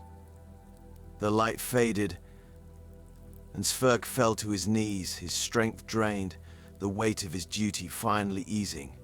He looked up to see Gunnar standing over him, his form faint and flickering. Gunnar's expression was solemn, a glimmer of gratitude shining in his hollow gaze. "You did it," Gunnar said softly. "You stopped him." Sverke nodded, struggling to rise. "We did," he replied, his voice heavy with the weight of their shared journey. "I would not have been able to face him alone." As the dust settled and silence filled the hall, Gunnar's form began to fade. The battle had taken its toll on him, and Sverke knew that his former comrade's spirit would soon return to Helheim, bound by the same fate as all dishonored souls. Gunnar looked at Sverke, his gaze softened by a rare moment of peace. Perhaps we were not so different after all, he murmured. We both sought honor in our own ways. Sverk nodded, his expression somber. May you find peace in the shadows, Gunnar. With a faint smile, Gunnar's form dissolved into mist, his spirit returning to the depths of Helheim, his final act one of redemption. Sverk stood alone, the weight of his own fate settling over him like a shroud. The hall was silent once more, save for the faint echoes of the battle that had been fought there. As Sverk made his way down the mountain, the sky began to lighten, the first rays of dawn breaking over the horizon. The corruption that had tainted the land began to dissipate, and the spectral glow that had haunted the forest faded, returning the realms to their natural balance. Yet Sverk knew that his journey was not over. The bond with Helheim pulled at him, a reminder of his duty and his eternal role. He could feel Hel's presence as he moved through the world of the living, her cold gaze watching him, waiting for his return. As he descended, Sverk felt a rare peace settle over him. He had fulfilled his duty, preserved the balance he had sworn to uphold. His loyalty to Hel was unbroken, and though his journey in Midgard had ended, his role as the Warden of Hel was far from complete. Epilogue. Upon returning to Helheim, Sverk found himself once more in the shadowed halls of the underworld, his presence greeted by the silent whispers of the dishonored dead. Hel herself appeared before him, her gaze impassive, yet a flicker of something akin to respect shone in her eyes. You have fulfilled your duty, Sverk, she said, her voice a low, cold whisper. You have upheld the balance as I commanded. Sverk met her gaze, his expression solemn. I will continue to serve as I have vowed. Hel's lips curved into a faint, almost imperceptible smile. Then you are truly bound to me, Warden, she replied. But know this, your loyalty has granted you a rare honor. For as long as you serve me, I will grant you peace in the memory of your past life. With a wave of her hand, Hel allowed Sverk a final glimpse of Midgard. He saw his village, its people safe and at peace, his legacy enduring in the hearts of those he had saved. The image faded, but the memory remained, a small token of comfort in his endless service. As Sverk took his place once more as the Warden of Hel, he knew that he was bound by duty, yet honored by his loyalty. His journey in Midgard was over, but his role in the balance of the realms had only just begun. He was Sverk, the Black Spear, the eternal Warden of Hel, bound by honor, strengthened by sacrifice, and forever vigilant in his duty. And with that, we say goodbye for this time. Thank you for listening to the final part of our story, The Warden of Hel, a bargain with the dead.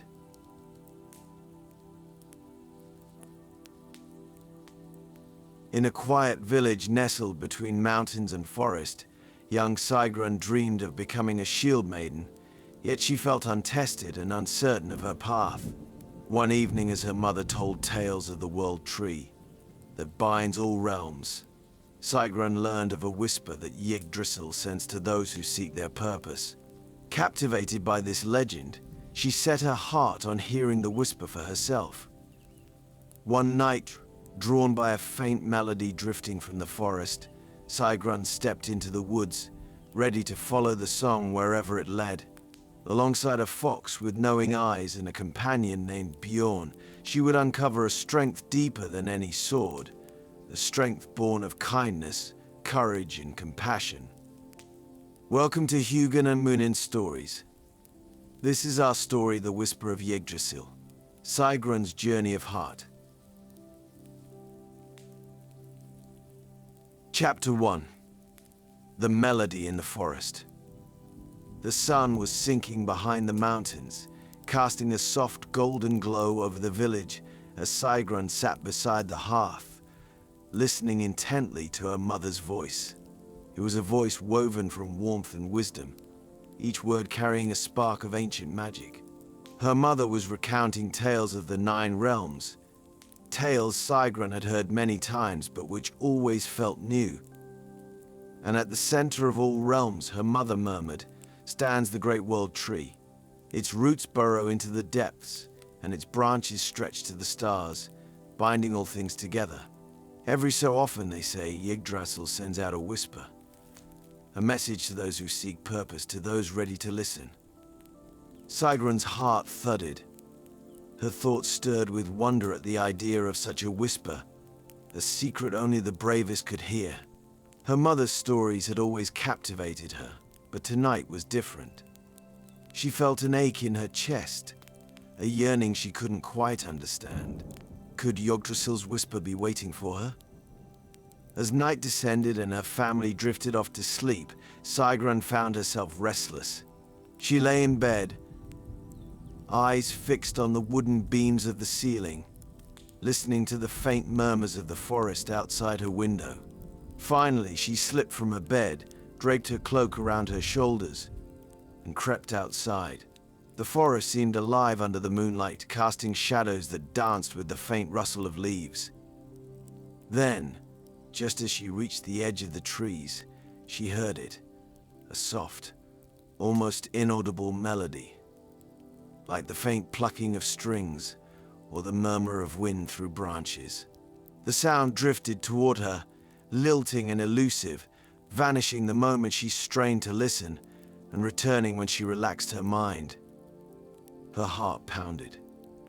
This was it, the whisper. It had to be. Without a second thought, she took her first step into the forest, following the melody that seemed to beckon her deeper. It was as if the night itself had opened a path, guiding her towards something both strange and familiar. She moved quietly, her footsteps muffled by the moss-covered ground, the trees arching protectively overhead, as if shielding her from the world she was leaving behind. Sigrun felt her pulse quicken with each step. Somewhere within the depths of the forest lay her destiny. She was sure of it. She only hoped she would be brave enough to face it. Chapter 2. Ira, the Fox Guide. The first light of dawn broke through the canopy, painting the forest in hues of soft gold and misty blue. Sigrun, feeling the chill of the morning air, paused beneath a towering pine and looked around. She realized just how far she had wandered, with no familiar path in sight. Yet the melody remained, faint but persistent, urging her onward. Just then, a flash of bright orange darted past her, disappearing behind a thicket. Sigrun blinked, her hand instinctively reaching for the small dagger at her belt. But before she could react, the creature reappeared. A fox, with a coat as vibrant as autumn leaves, and eyes that seemed to shimmer with an uncanny intelligence.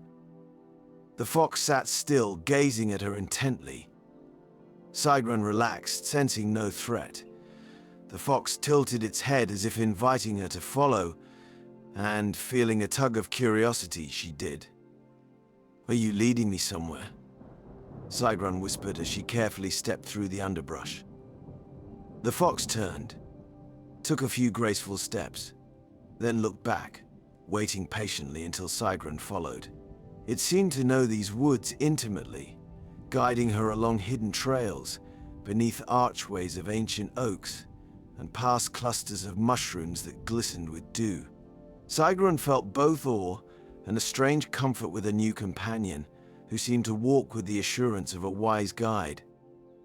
Ira, she decided, naming the fox after the old word for grace, a word her mother often used when telling stories of spirits and fae. "That's what I'll call you." At the sound of her voice, the fox gave a little nod, almost as though acknowledging the name. The forest around them grew denser, and the morning light struggled to break through the thick canopy overhead. Still, Ira moved with confidence, and Sigrun followed, trusting the fox as if it were a long-lost friend. As they walked, the melody grew stronger, a sound both familiar and otherworldly. Sigrun felt as though she were walking in two worlds, the physical forest around her and a dreamscape that danced on the edge of her mind. Each step felt like a descent into some ancient secret, a hidden place few had ever seen. Hours seemed to pass, or maybe just moments. Indeed, time had lost its grip on her. But then, as they reached a sunlit clearing, Ira stopped abruptly.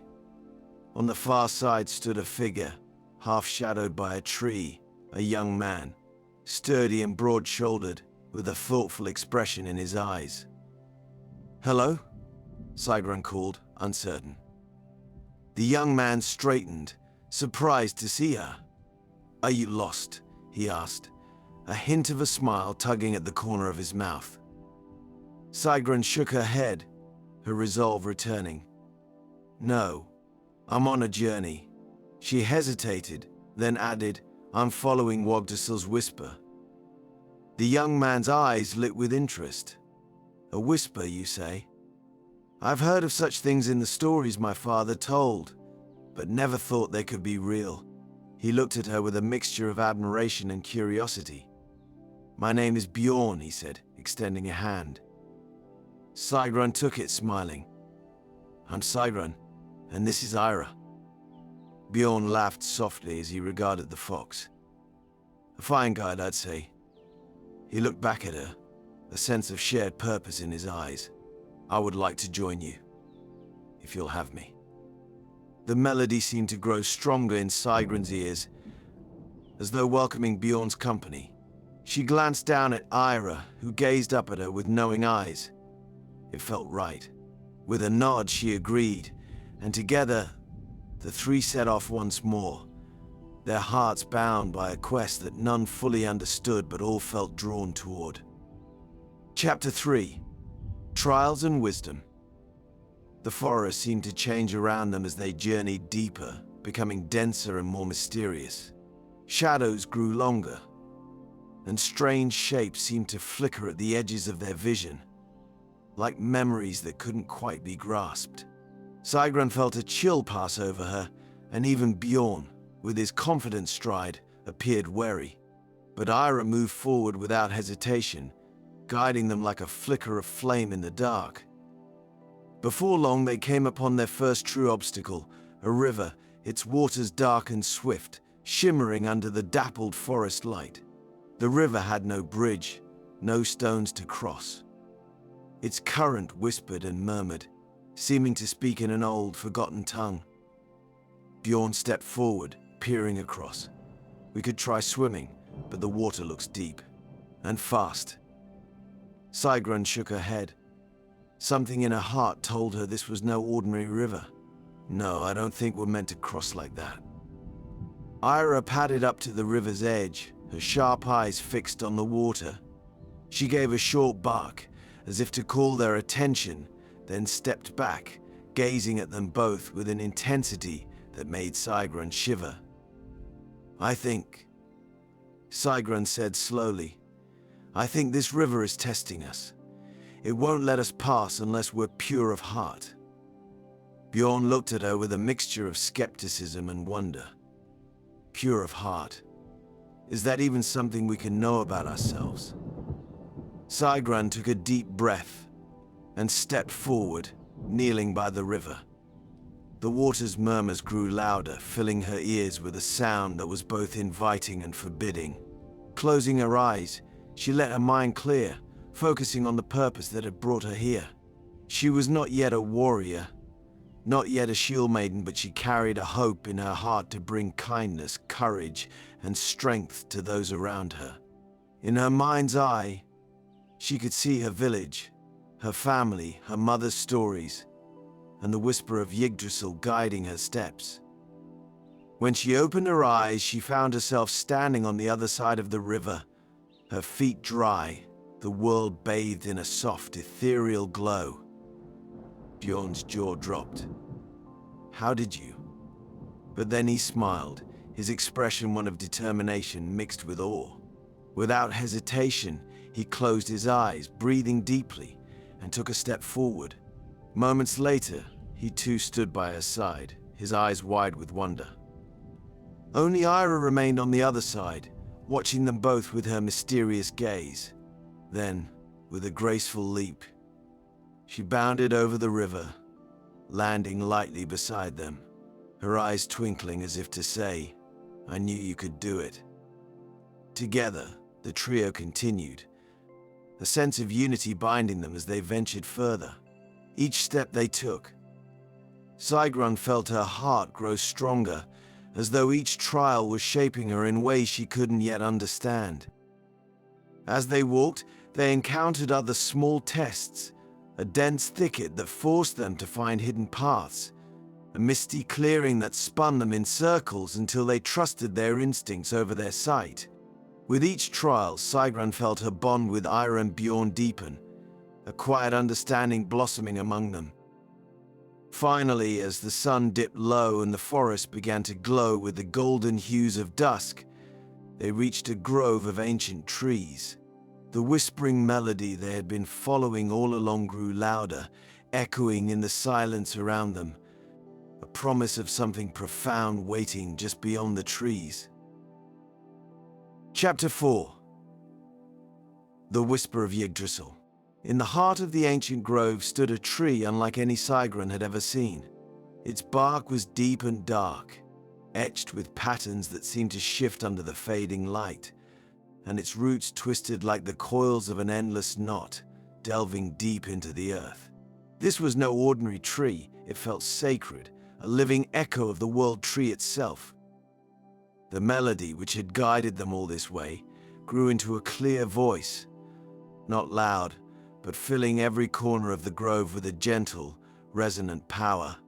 Sigrun could almost feel it in her bones, a sensation that stirred something ancient and wise within her. Bjorn and Ira remained silent, watching as Sigrun stepped forward, her heart beating with reverence and wonder. She placed her hand on the bark, feeling its cool, rough texture, and closed her eyes. The whisper seemed to fill her mind, a voice not of words but of understanding, speaking directly to her heart. A vision began to take shape within her. She saw herself standing in her village not as a warrior adorned with weapons, but as a figure of strength and kindness, someone who guided and protected, not through force, but through compassion and wisdom.